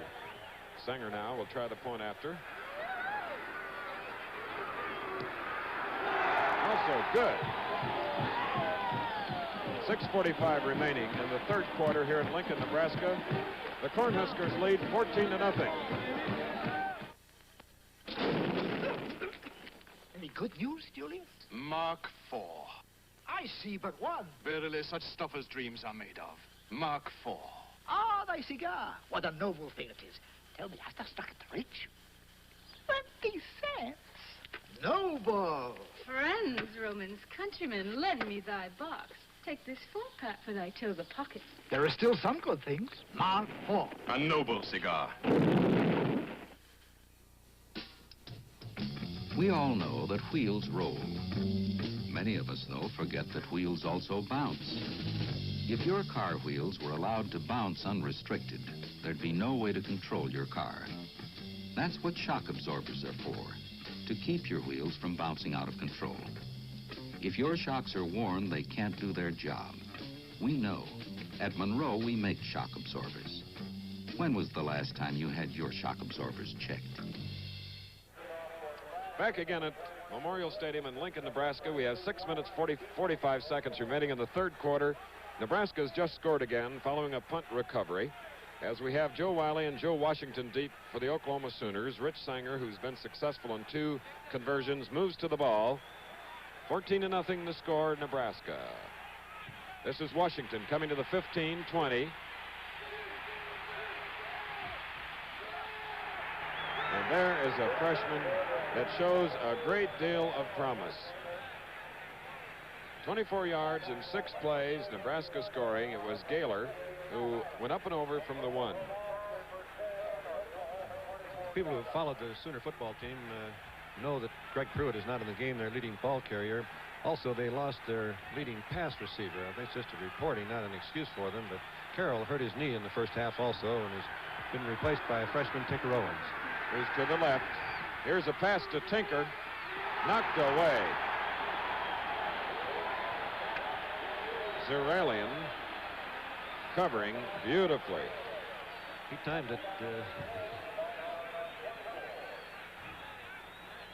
I think the Oklahoma's going to continue to do that first down passing. They have to. Well, Nebraska has been too tough on first down against the run. 6 minutes, 31 seconds remaining in the 3rd quarter. It is 14-0 here in Lincoln, Nebraska. Tinker Owens, number 11, to the far side from the wishbone. Here's Robertson. Tinker going deep. Tinker has it. Robertson put it right on target. 155 double coverage pounds. on Tinker. Good inside fake. This is a young freshman from Miami, Oklahoma, the brother of Steve Owens. Tinker, a freshman at the university, running a little weave pattern, and Robertson had it right on target. Now the 155-pounder goes left or to the top of your screen. The play starts now from the 38 of Nebraska. And Chandler couldn't hold on to it. 28-yard play, and then this attempt in hitting Al Chandler. So it'll be a 2nd down and 10. And a real switch in tactics by a wishbone team. 4 straight passes.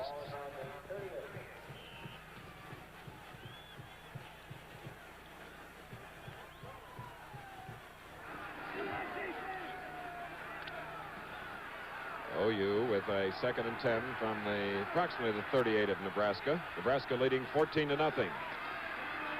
And here comes Tinker on an end around. And that's it. And that is great defense. The first reverse that Oklahoma has run in the entire game. The Nebraska defenders truly read beautifully. They were not fooled even a step. Third down and 14 from the 42. Nebraska leading 14-0. Tonight at 9 Eastern Time, it's Texas A&M. Saturday, 1 Eastern Time, Ohio State, Michigan here on ABC. Washington left.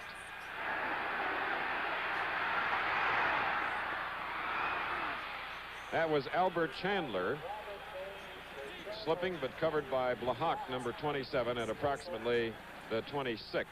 Many people believe first down. Chandler is the best tight end in the country. He's 6'2", 233 pounds. The Oklahoma line gave Robertson great protection on this play. He had about 5 or 6 counts to throw the ball. Chandler weaved and then came across the field, and Robertson had it right on the numbers for the first down. 16-yard play. So now Oklahoma with it at the 26 of Nebraska, trailing 14-0 with about 5 minutes to go in the third quarter. Owens, number 11, to the left. Crosswhite with Brahaney blocking.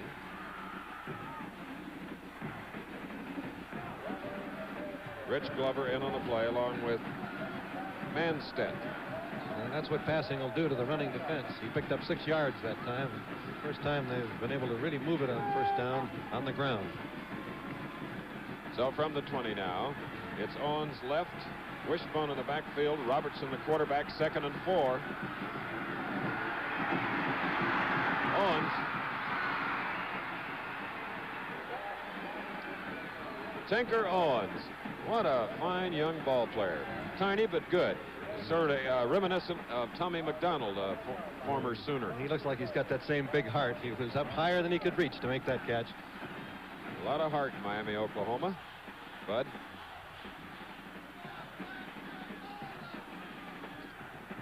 This has been a great drive by Oklahoma at a time when they needed it. They just fallen behind 14-0. You've got to move it there to stay in the game. They started this drive at their own 24. Now they have a 1st and goal. Robertson. Got a pretty good idea of the quickness, the smartness of the Nebraska defense, which was led by number 81, Willie Harper, All-American last year. When he turned up inside, I thought he'd take it all away, but they do recover well. Say, Bud, speaking of All-America, the Kodak All-America show will be here on ABC following the Ohio State-Michigan game on Saturday at 4:30 Eastern Time. The Buckeye-Wolverine game beginning at 1 Eastern. Now it's 2nd down and goal from the 4. Number 82, Manstedt from Omaha on Leon Crosswhite. Manstedt is from Wahoo, Nebraska. The ball is at the 3. It's a 3rd down and goal. Nebraska leading 14-0. And the pride of their defensive units, the black shirts, beginning to rise up at this moment. All right, here's the 10th play of this drive that began at the 24.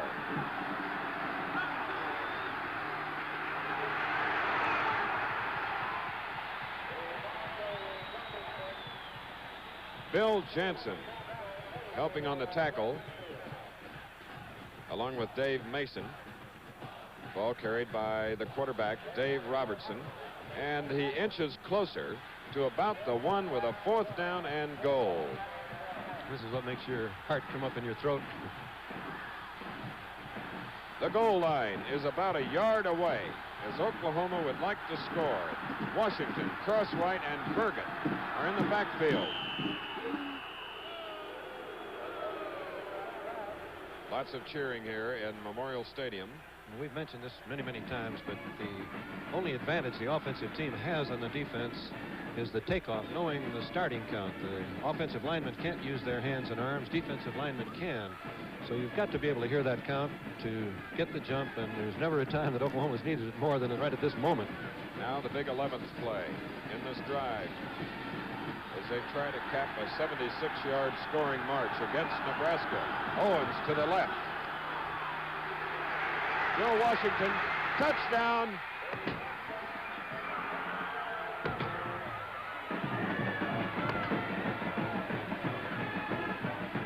Leon Crosswhite throwing a terrific block, helping Washington to get into the end zone. It is 14-6. The power sweep. No wishbone fake here. Everybody leading and blocking. Burgett, Crosswhite leading him out. Great block by Crosswhite. And some fine running. All right, Rick Fulcher, who was hit on 29 in a row, will try to make it 30 in a row. It's up and good. So it is now 14-7 with 2 minutes and 15 seconds remaining in the third. We'll be back in a minute.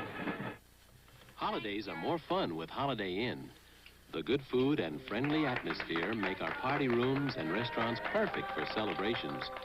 Whether you're welcoming the new year with old friends, or toasting to a job well done, or giving your wife time out from the holiday rush, or treating your kids to a special holiday dinner. Enjoy your dinner, sir. I really recommend Holiday Inn, the most accommodating people in the world. I don't know what it is about my face, but every Sunday, 11 guys like this go after it.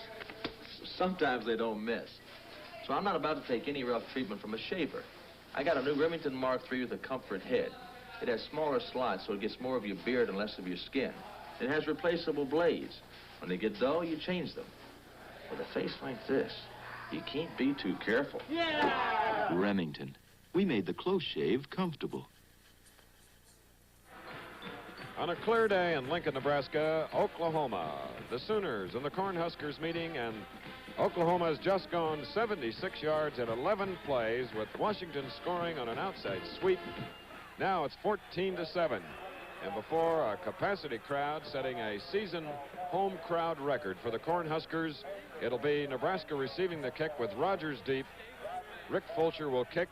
Borg is back along with Rogers. Excuse me, it is Rich Baugh, number 24. Here's the kick.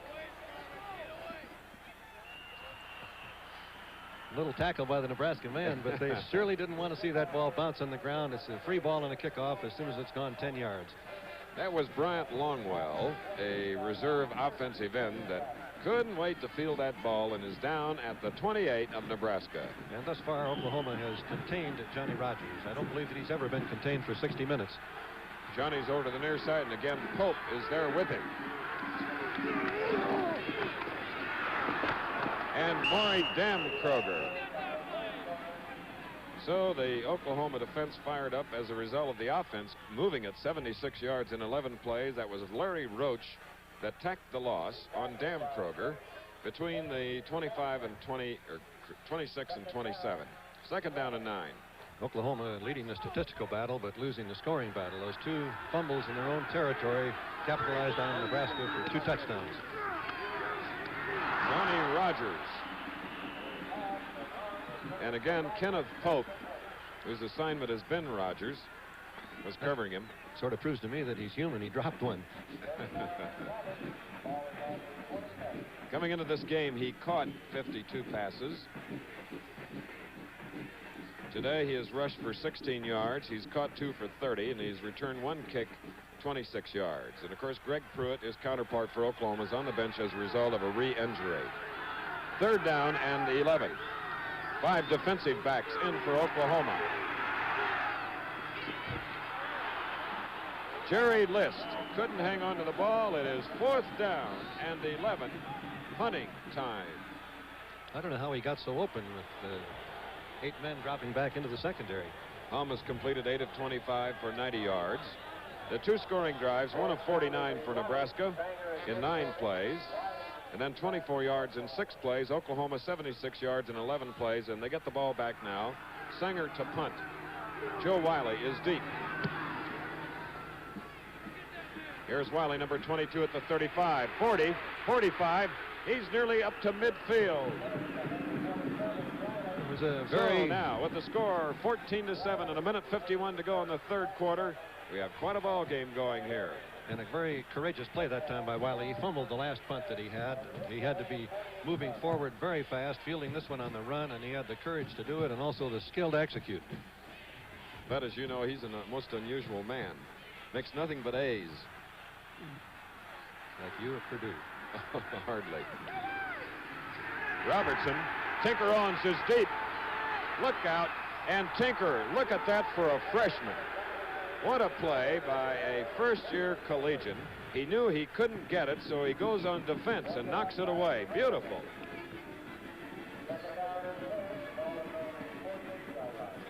Robertson now has thrown 19 times. He has completed 8 for 150 yards. And you can bet that Tinker's brother Steve is watching. And proud of him.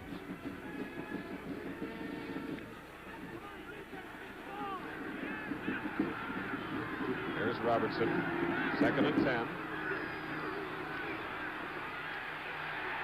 Tinker's out again, and in traffic, pulls it in. What a remarkable, small, young football player. I think he must have learned a lot of that courage from those great Miami Indians in Miami, Oklahoma that were... Let's watch him again, driving down the field against Uralian, and he just breaks inside of the pattern as Mason failed to get in front of the ball. That went to the 34. Owens now has caught 4 for 82 yards. He's up to the left at the top of your screen now. 1st and 10. And Leon Crosswhite. Well, they stay tough inside. Don't they? And one of them that's always tough, number 79. There's Coach Chuck Fairbanks. Against Bob Devaney, 3 and 2. 3 victories for Bob, 2 for Chuck. And here they are battling for the Big 8 title today. So now it's 2nd down and 9 from the 33. Overthrown because the rush on Robertson was vicious by John Dutton, number 90. So that brings up a 3rd down and 9 with a score of 14-7 and 43 seconds to go in the 3rd quarter. It was 7-0 at halftime. I believe Tinker Owens was open that time. If he had had time to deliver the ball to him. Sort of makes moves like J.K. McKay, Coach John McKay's son for Southern California. The team will see a week from Saturday against Notre Dame, right here on ABC. And the rush on the quarterback, Harper and Manstedt. The pinching ends make it 4th down. And the ball is back at the 42. Oklahoma breaking the formation, going into a double wing formation. There was no back there to pick the end up. 4th down and 18 from the 42.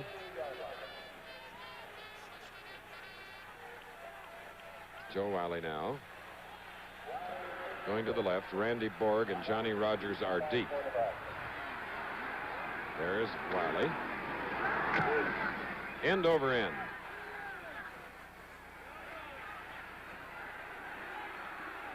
And it's inside the 10.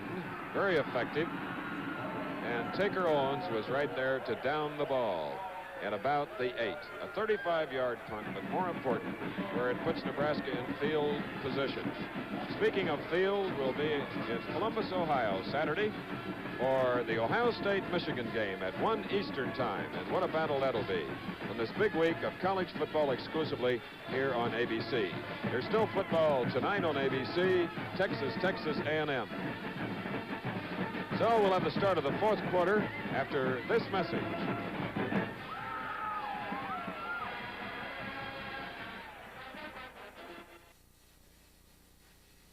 If you built a truck, you'd probably build it the way we did.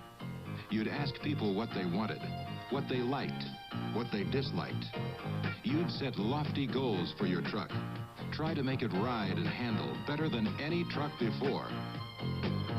You'd fill it with improvements people will see, improvements people will feel. You'd test your truck's thousands of parts for thousands of hours and over hundreds of thousands of miles. And when you finished, you'd have a feeling that yours was one of the best designed, best built trucks in the world.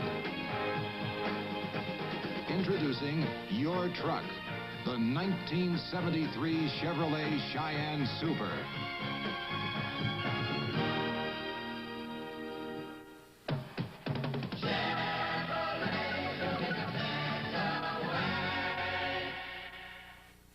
David Wayne guest stars on the streets of San Francisco Saturday on ABC.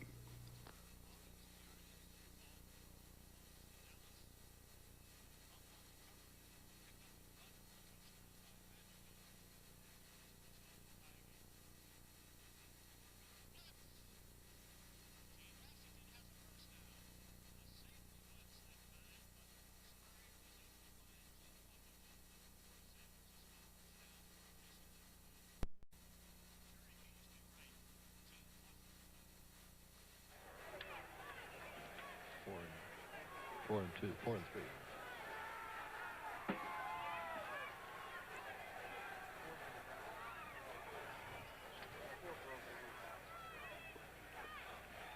Not only two Big 8 powers, but two national powers going to the fourth and final quarter here in Lincoln. It is 14-7, Nebraska leading. Nebraska with the ball at their own 8. First and 10, David Hum, the quarterback. And the Oklahoma defense moving in on Dave Gaylor, who scored the second Nebraska touchdown after a 24-yard drive. And on the 6th play, he went up and over. You've been thinking about this game for a year, decided the national championship last year, and you come in here to the last 15 minutes with everything still riding. And, of course, both are bowl-bound. Oklahoma in the Sugar Bowl here on ABC, and Nebraska against Notre Dame in the Orange Bowl. Hum knocked down again. That's 4 knockdowns of passes by the Oklahoma front wall. Again, it's Hamilton and Kearney that knock it away. 3rd and 7. Rest of the Oklahoma defense: Pete Halfman, 36, 97 Moore, 44 Smith, 98 Selman, 43 Schote, Pope 28, 16 Ruster, 19 Hughes, and 26 Roche. 3rd and 7. Bill Olds. Olds, who scored the first touchdown for Nebraska, is brought down by Rod Schote, and it's going to be 4th down from the 11.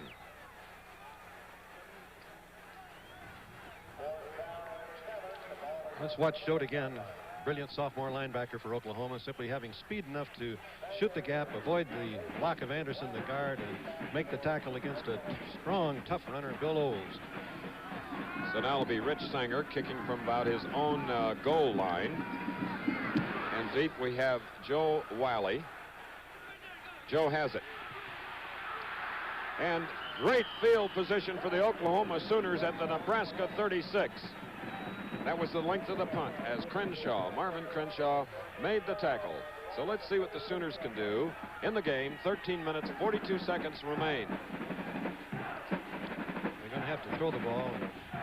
Be play action passing, I would believe, and I'd also guess it's going to be on 1st down. Field full of All-Americans. At least 3 Heisman Trophy candidates. And now from the 36, Robertson of Oklahoma. Hands off to the fullback, Leon Crosswhite, who is the near back to the quarterback in the wishbone, with the halfbacks flanking him, and behind is Rich Glover and Harper. Make the stop at the 32, a gain of 4. Oklahoma leading the statistical battle, 241 net yards, and amazingly, they've passed the ball better than they've rushed it.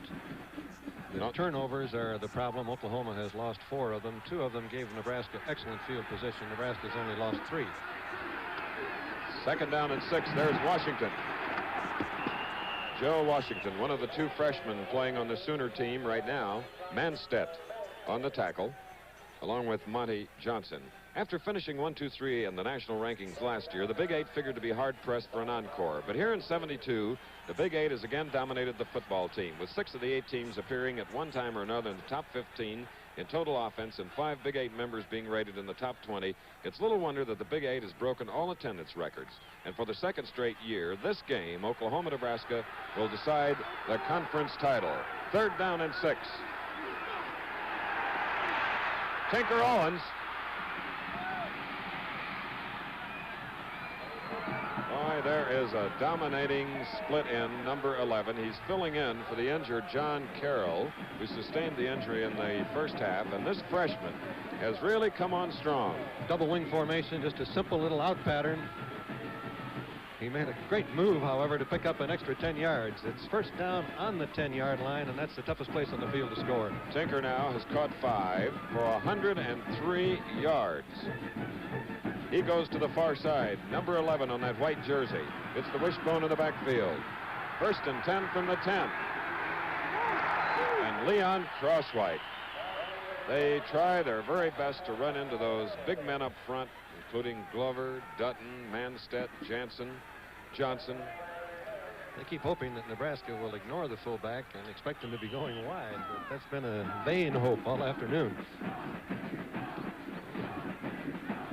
And you just saw Coach Bob Devaney, along with his teams over the years, that have the entire state of Nebraska embracing them. 2nd and 9 now. Robertson looking. Tinker in the end zone, overthrown.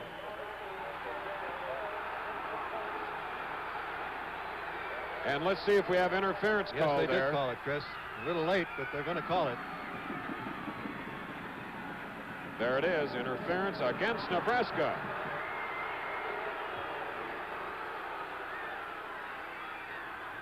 Let's watch the play. This is what's so great about those replays. If you didn't see it, you get a chance to look at it again and know what happened.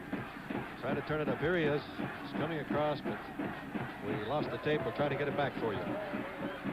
And, of course, that makes it 1st down and goal to go.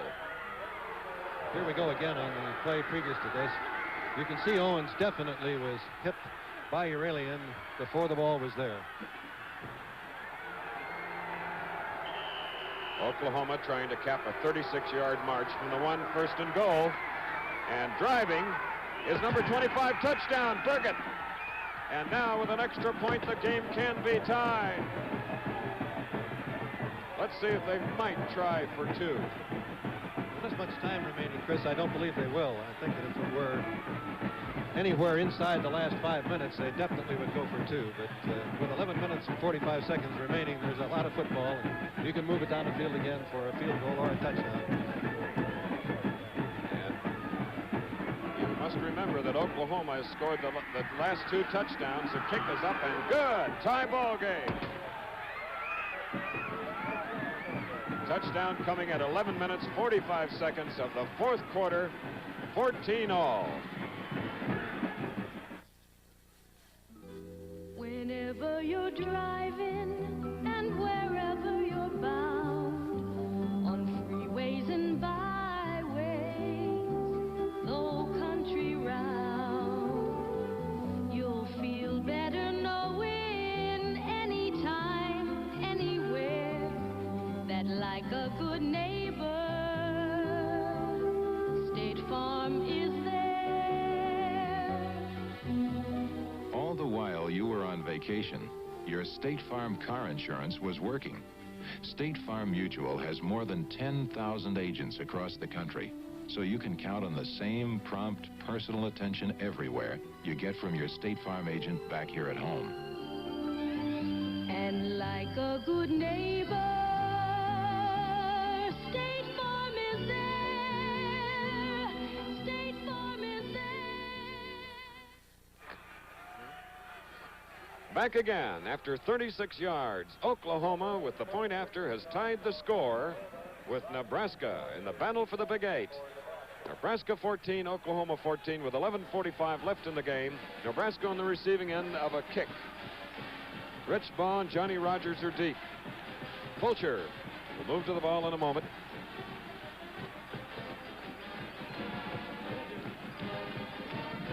Fulcher's kick. Johnny Rogers going over. But Baugh takes it. Comes out to the 10, the 15, 20.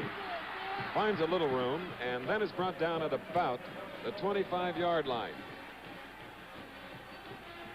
There's the interference call again. Uralian going against Tinker Owens as Owens runs the slant pattern to the inside, and you'll see Uralian hit him here while the ball is in the air well before the ball gets there. The interference call. Oklahoma got the ball there on the 1-yard line. Burgett took it in for the touchdown. One time Nebraska led 14-0. Now the score is tied at 14-all. Hum, 1st and 10 from his own 26. Rogers is out. Trying to steal the ball was number 26 in the white jersey. Larry Roach. Second down and 10. We're in the final quarter.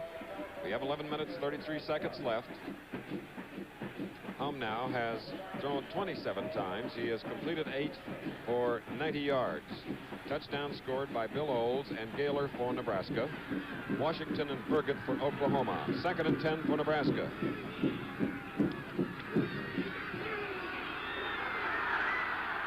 Dave Gaylor, a junior. Pope on the tackle, joined by Randy Hughes and Dave Smith, number 44. They execute that play extremely well, and Olds does a marvelous job of blocking on the defensive end.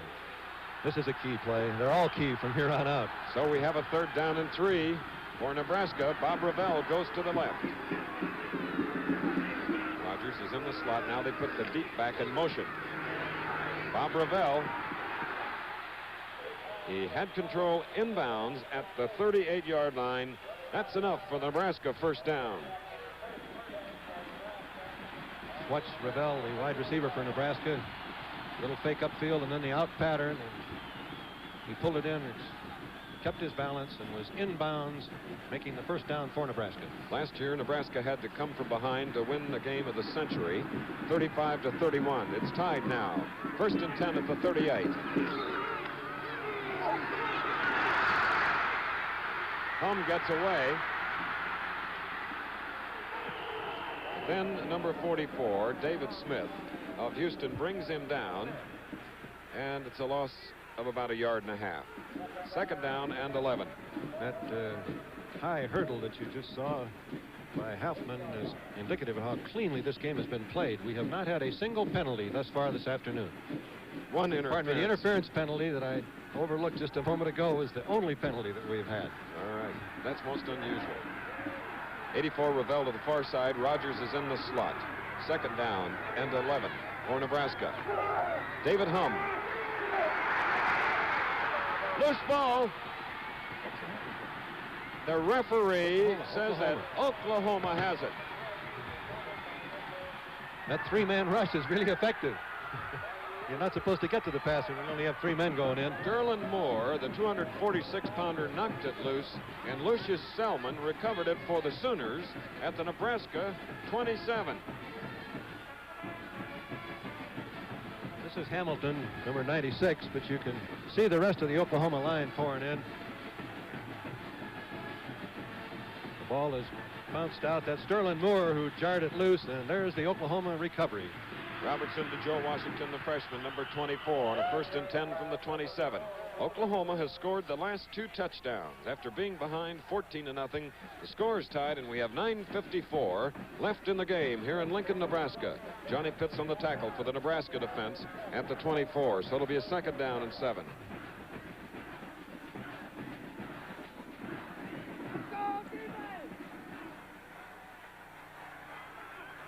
We got to hustle.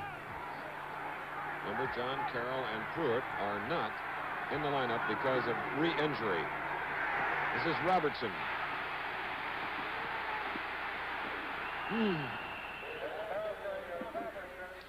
He wanted to throw the ball, the option to pass run, but the coverage was perfect, and so was the defense against the run. Led by Monty Johnson and Rich Glover, number 37 and number 79. The loss of a yard. Third down and 8. Coming up to the 9-minute mark of the ball game.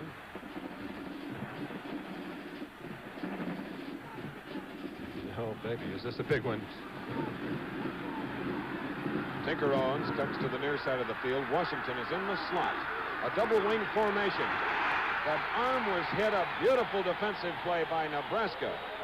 Jim Branch, number 51, and came in and hit the arm of the quarterback, Dave Robertson.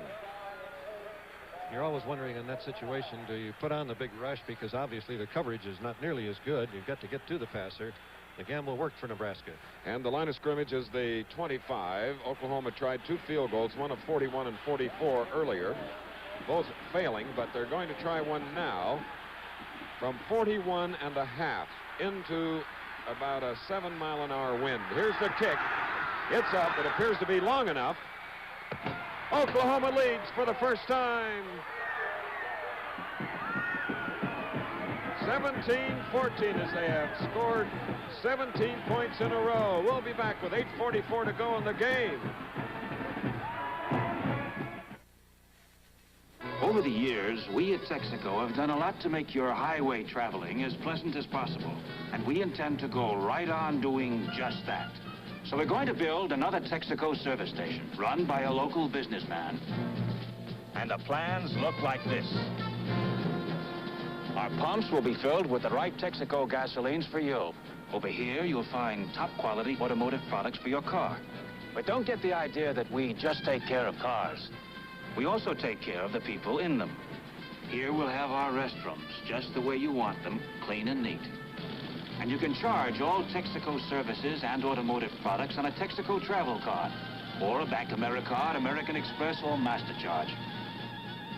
At Texaco, we don't build a service station unless it can serve you a lot of ways.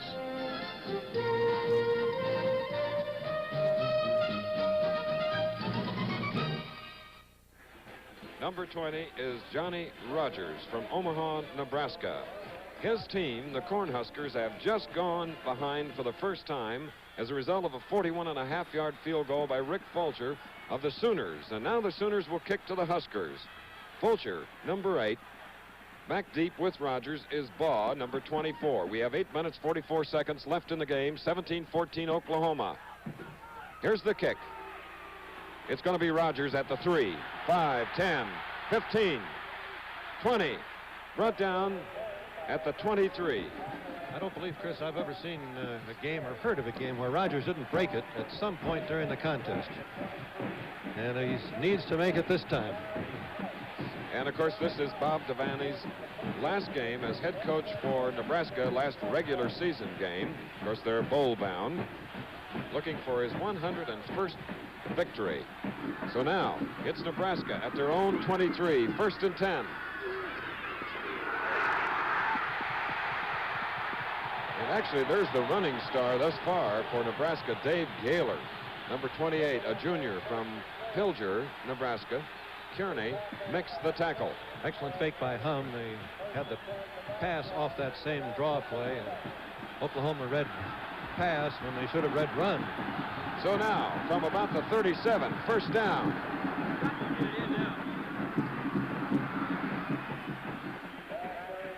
And will we have a repeat of Nebraska's poise of a year ago in Norman when they came from behind and methodically drove down the field with Jerry Taggy and Jeff Kenny? And here this year, it's sophomore David Hum. Dave Gaylor, a junior. I'd be surprised, Chris, if they can drive it on the ground as they did last year. I think they've got to put it in the air to sustain the drive. Now it's 2nd down and 7 at the 40 for Nebraska. 17-14. Oklahoma leads with 7:54 to go in the game. Hum. I think somebody missed an assignment. Oh, yeah, and what a terrible time to miss one. Smith and Schote quickly in on the quarterback. Let's take a look at Raymond Hamilton, the Oklahoma right tackle, number 96.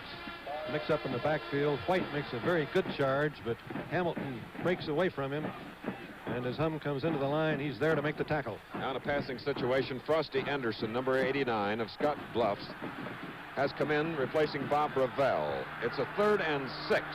Rogers and Anderson to the near side. Hum, the wing one. Very bad pass. Didn't get it off the way he wanted to. Trying to throw it extremely long. That plus the rush. And it did not spiral for him as Randy Hughes covered Anderson on the play. And it's 4th down and 6. And Hughes is a little upset. He had the interception, but just didn't watch the ball into his hands. 4th and 6. The line of scrimmage is the Nebraska 41. And back to punt for Nebraska. We have Rich Sanger. Joe Wiley is deep for Oklahoma. That did a 90-degree turn. Oh, boy. Boy, oh, boy. The tide changes. Even the ball bounces wrong. 25 yards, and Oklahoma has the ball at its own 34 with a 1st and 10. And Oklahoma would like now to see this wishbone rushing attack that led the nation in rushing coming into this game, able to move the ball on the ground and eat up the clock. Nebraska's done a marvelous job against the run. Tinker on at the bottom of your screen or to the near side of the field on a first down. Robertson handing it off to Crosswhite, Leon Crosswhite, the senior fullback from Hennessy. And Leon moved it beyond the 38. And there's that clock on the far side of the field here at Memorial Stadium, 6:40 and running. From Chuck Fairbank's standpoint, that clock is just moving with molasses slowness, and from Bob Devaney's standpoint, it's moving with great speed. So it's 2nd down and 5 now from the 39. Robertson keeping it on the ground to Crosswhite. Crosswhite not getting the yardage on that play for the first down. Short by about 3. Jansen on the tackle. These are the Nebraska cheerleaders. Starting to get a little nippy here, a little chilly as the wind comes in and the sun goes down on the plains of Nebraska. Yeah, but the beating of the hearts are keeping people warm. 3rd down and 3. Tinker owns number 11 to the near side of the field on 3rd and 3 with 5:50 left in the game. Oklahoma leading. Washington trying to get that 3.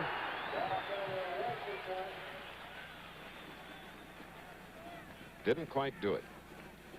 5:42 left in the game. Oklahoma leading 17-14. There's a result of a 41.5-yard field goal. Can't criticize the call on the play. That's the play that they scored on. Their first touchdown from the 2-yard line on 4th down. They had a 3rd and 2, and they went with the same play, but Nebraska defensed it perfectly.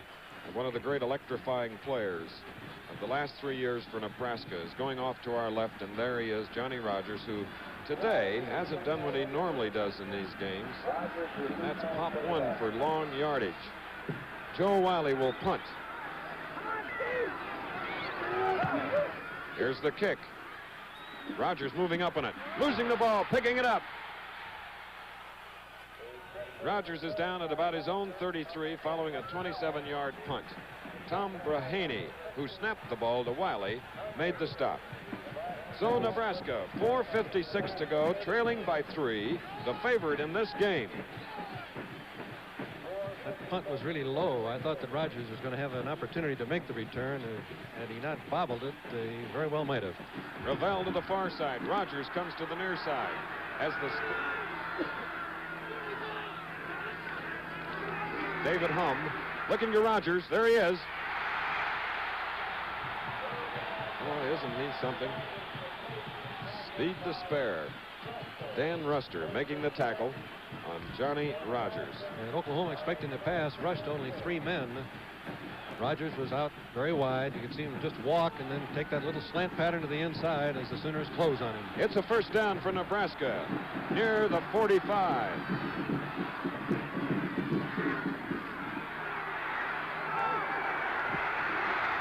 And knocking the ball but hoping to control it was Dan Ruster, the senior from Littleton, Colorado. Hum trying to hit Johnny Rogers. 2nd down and 10. Those of you that just joined us, we're in Lincoln, Nebraska, and the Cornhuskers got off to a 14-0 lead, leading only 7-0 at halftime. But then Oklahoma's come back and scored 17 points to lead by 3. Nebraska with the ball with 4:31 left in the game. They have it 2nd and 10 at their own 45. Gaylor carrying, and another big play by Derlin Moore on top of number 44. David Smith on the bottom for the Oklahoma defense. And time beginning to run out on Nebraska. They've got to sustain it here. Oklahoma can stop them and get the ball. They'll come close to running out that What a clock. game New Year's Eve, Bud, when Oklahoma will face powerful Penn State in the Sugar Bowl right here on ABC. 3rd and 8.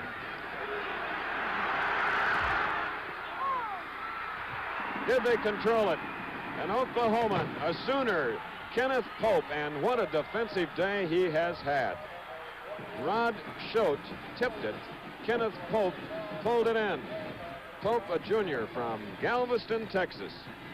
You know that Johnny Rogers is going to be around the ball. Pope is right with him here. There's the jump, and the ball tipped and bounced. And Pope is on top of it to make a key interception for Oklahoma. They've got excellent field position. And I believe that I saw the Oklahoma coaches tell quarterback Robertson to keep it on the ground. And the ball is at the 49 of Nebraska, first down. And we have 3 minutes and 50 seconds left in the game. Oklahoma 17, Nebraska 14. Robertson to Leon Crosswhite, his senior fullback. If there's ever a time that Oklahoma wanted a first down, it's now.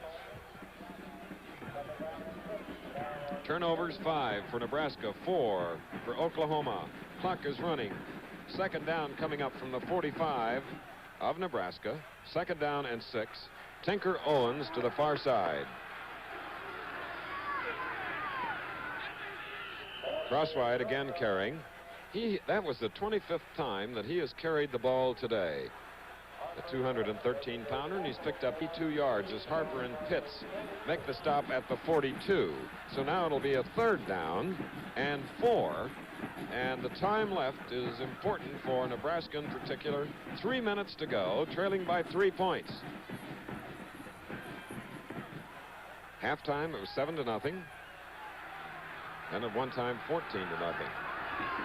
3rd and 4 for Oklahoma. Robertson pitching it out to Washington. Washington, it appears, gets the first down to remain in possession of the ball.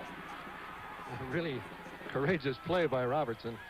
When you don't want to give up the ball, you hate that last-minute pitch. But if you're going to run the wishbone offense, you've got to be able to execute that play when the chips are down and the pressure's on. There's Coach Bob Devaney.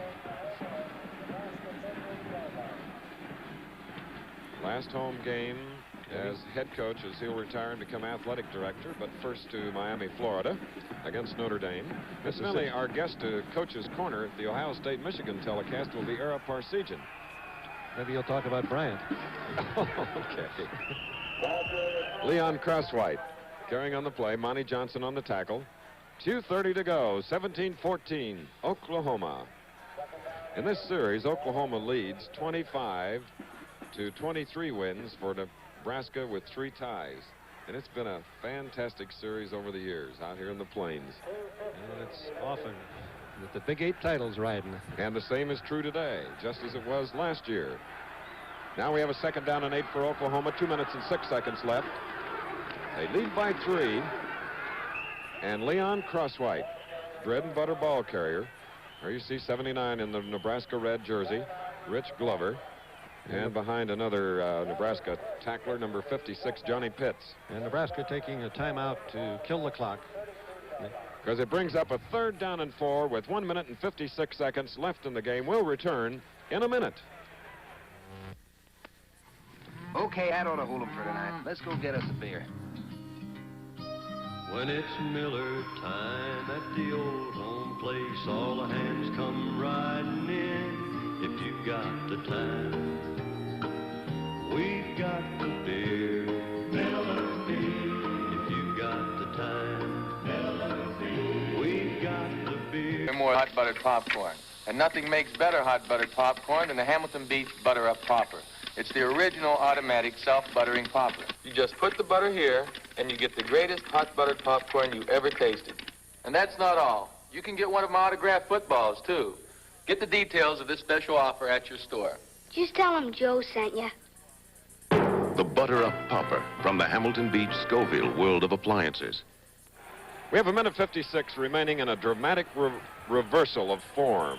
Nebraska, national champions the last 2 years, getting their second by beating Oklahoma in white, and now they've scored the last 17 to lead as time is running out, and a fired up Joe Washington keeps control of the ball, and it appears that he gets the big first down. And I know that Oklahoma fans would like to see that ball tucked away a little bit in this particular situation. It helps you to have balance when you've got it out there, but also the defense can get a grab at it, and that was a key play. Clock running, minute 43. And, of course, John Carroll being re-injured in the first half, along with Greg Pruitt and Tinker Owens. Joe Washington have come in as freshmen and done a great job. 1st and 10 from the 25. Time left, 1 minute 28, as Crosswhite carries on the play. Monty Johnson on the tackle. And the emotional factor all on Oklahoma's side now. The Nebraska defense that has been just double tough against the running attack, for the first time has surrendered 2 successive first downs on the ground. And the Sooner forwards, with that feeling that victory's coming to us, firing out with a little more life than ever. Coach Chuck Fairbanks, who has had 2 great years with the Sooners. There's Washington. A sure tackle on the play by Steve Manstedt. And now it's less than 1 minute. And can the Sooners hang on to their 17-14 lead? And Nebraska has just taken their second timeout. And following, of course, is the Prudential scoreboard right here on ABC. And they'll be telling you more about the Texas A&M game, which you'll see on ABC tonight at 9 Eastern Time. And a reminder and an invitation to join all of us on Saturday at 1 Eastern for another battle, Ohio State, Michigan in Columbus. And at the moment, the Nebraska band is playing Auld Lang Syne, and that's for their great head coach of 11 seasons with 100 victories, only 19 losses, and 2 ties. There he is. What a great guy. Graduate of Alma in 1939. He'll stay on as athletic director here, and you just can't say enough about his ability to lead young men. Bob is a great tactician, great strategist, but also, as you said, Chris, an inspirational leader. He certainly is. 3rd and 4 for Oklahoma. They have the lead, 17-14 with 50 seconds remaining in the game. Crosswhite again carrying. And an important factor here for Oklahoma is Nebraska takes their last timeout, is that they're far enough down the field that they don't have to punt the ball and give Johnny Rodgers any daylight out there in the open field. So now this means if they can retain that 3-point lead that Oklahoma, ranked number 4, will go into the Sugar Bowl against highly ranked Penn State with a 9-1 record, losing only to Colorado. And you can see the distance there. If Oklahoma can make that yardage on the next snap, Oklahoma will have won the game unless there's a very unusual fumble or something of that nature. But the Nebraska hopes ride on the next snap of the ball. There are 17 seniors playing for Nebraska, and what a record they've had. They lost only 1 game in the last 42, and that was to UCLA. In other words, over 3 seasons. They've just been tremendous. And they'll give it the big effort on this snap. You can bet. 45 seconds left on the clock. Bob Devaney on the left. Another native Wolverine from the state of Michigan, Chuck Fairbanks on the right. Battling here. Get rid of those headphones and watch the play, Chuck. 4th down. Joe Washington did not make it, and Nebraska will get the ball with 39 seconds left on the clock and with no timeouts remaining. Wow. So here comes a potent Nebraska offense. They've got the ability to break it, and they're going without a huddle. They have Johnny Rodgers to the far side, Bob Revell to the near side, in a double wing formation. Bill Olds is the lone setback. From the 15, David Hum with good protection throws out to Rodgers, and it's intercepted by a real hero of the defense for Oklahoma, Kenneth Pope. And that did it. 31 seconds. There is Pope from Galveston, Texas. He has just been great today. I think he knew who was going to be thrown to, but if I were Nebraska, I'd throw to him also. You need to get the ball to Rodgers in that situation, in the field where he's got some room to run. But Oklahoma has done an exceptional defensive job against Johnny Rodgers today. It's the first time that I've seen him play, the first time that I've heard of him going in 60 minutes without breaking something somewhere. That's right. All right, to the far side now, another hero, Tinker Owens.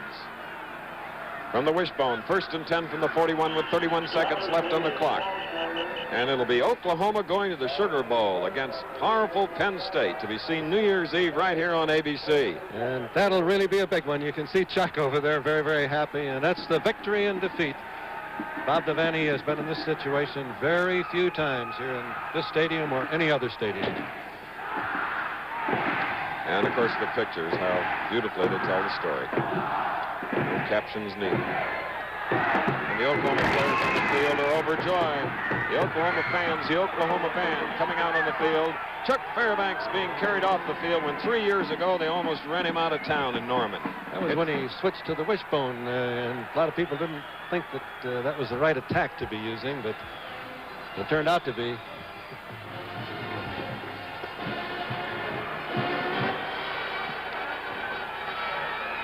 A little heartbreak for Bob Devaney in his last appearance as a head coach here in the stadium in which he has won so often.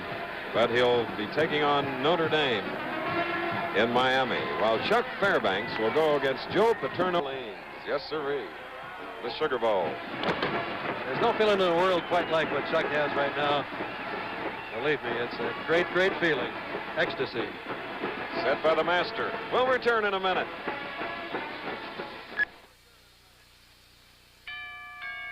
You know, nothing brings back the memories of Christmas like the great songs of Christmas. Some of the greatest are here in Goodyear's newest album, Christmas Is. 14 Christmas classics by outstanding artists of our time. Barbara Streisand, The Carpenters, Frank Sinatra, Joe Stafford, the Hillside Singers, Judy Garland, Tony Bennett. How'd he get in there? Andy Williams, the Mills Brothers, Doris Day, Vicki Carr, Patty Page, and Julie Andrews. Christmas is just $1.25 at your Goodyear service store and most Goodyear dealers. But you want to hurry, because this is one memory that won't last forever.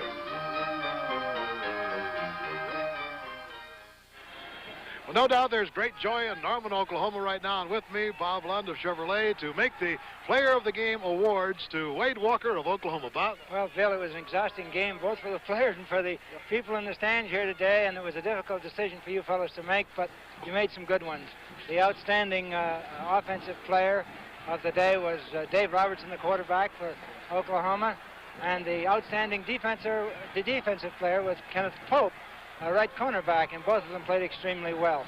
And here to receive the scholarship, the Chevrolet Scholarship Awards, is Mr. Wade Walker, the athletic director from the University of Oklahoma. Congratulations, Wade Walker. Bob, thank you. I'm so excited. I really don't know whether I can tell you really how much we do appreciate it. Let me say this, that we've received 2 before from Chevrolet Partner, and they've already gone to 2 deserving youngsters.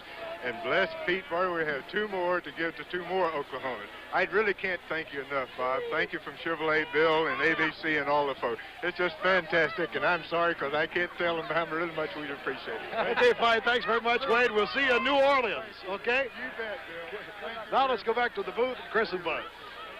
Thank you, Bob and Bill. It's a Big 8 championship for the underdog, OU, from Norman, Oklahoma, coming back, scoring the last 17 points to win it by 3. The executive producer of NCAA football is Rune Arledge. Today's coverage of the Oklahoma-Nebraska game was produced by Chuck Howard, directed by Andy Sedaris, technical director John Allen. Don't forget, coming up next, the Prudential College Scoreboard. Tonight at 9 p.m. Eastern Time, watch the Texas A&M Classic from Austin. Then on Saturday at 1 p.m. Eastern, Michigan meets Ohio State. Later on Saturday on ABC's Wide World of Sports, you'll see the Muhammad Ali-Bob Foster fight and the World Ski Flying Championships. Our thanks to our spotter, Bill Friel, our statistician, Terry O'Neill, Chris Schenkel speaking for Bill Fleming, Bud Wilkinson, saying so long from Memorial Stadium in Lincoln, Nebraska. Air travel arranged and a promotional fee paid by United Airlines, the airline for college football teams throughout the country. At United, your land is our land.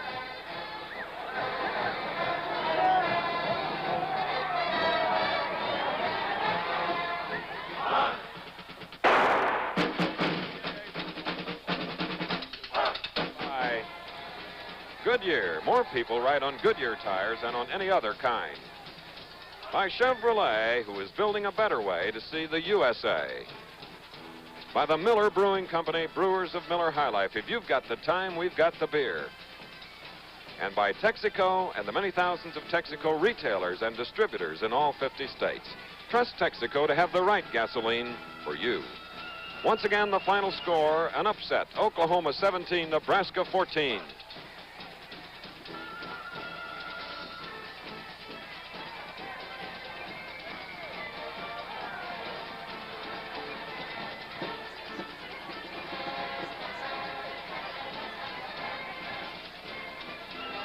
This has been an ABC Sports presentation.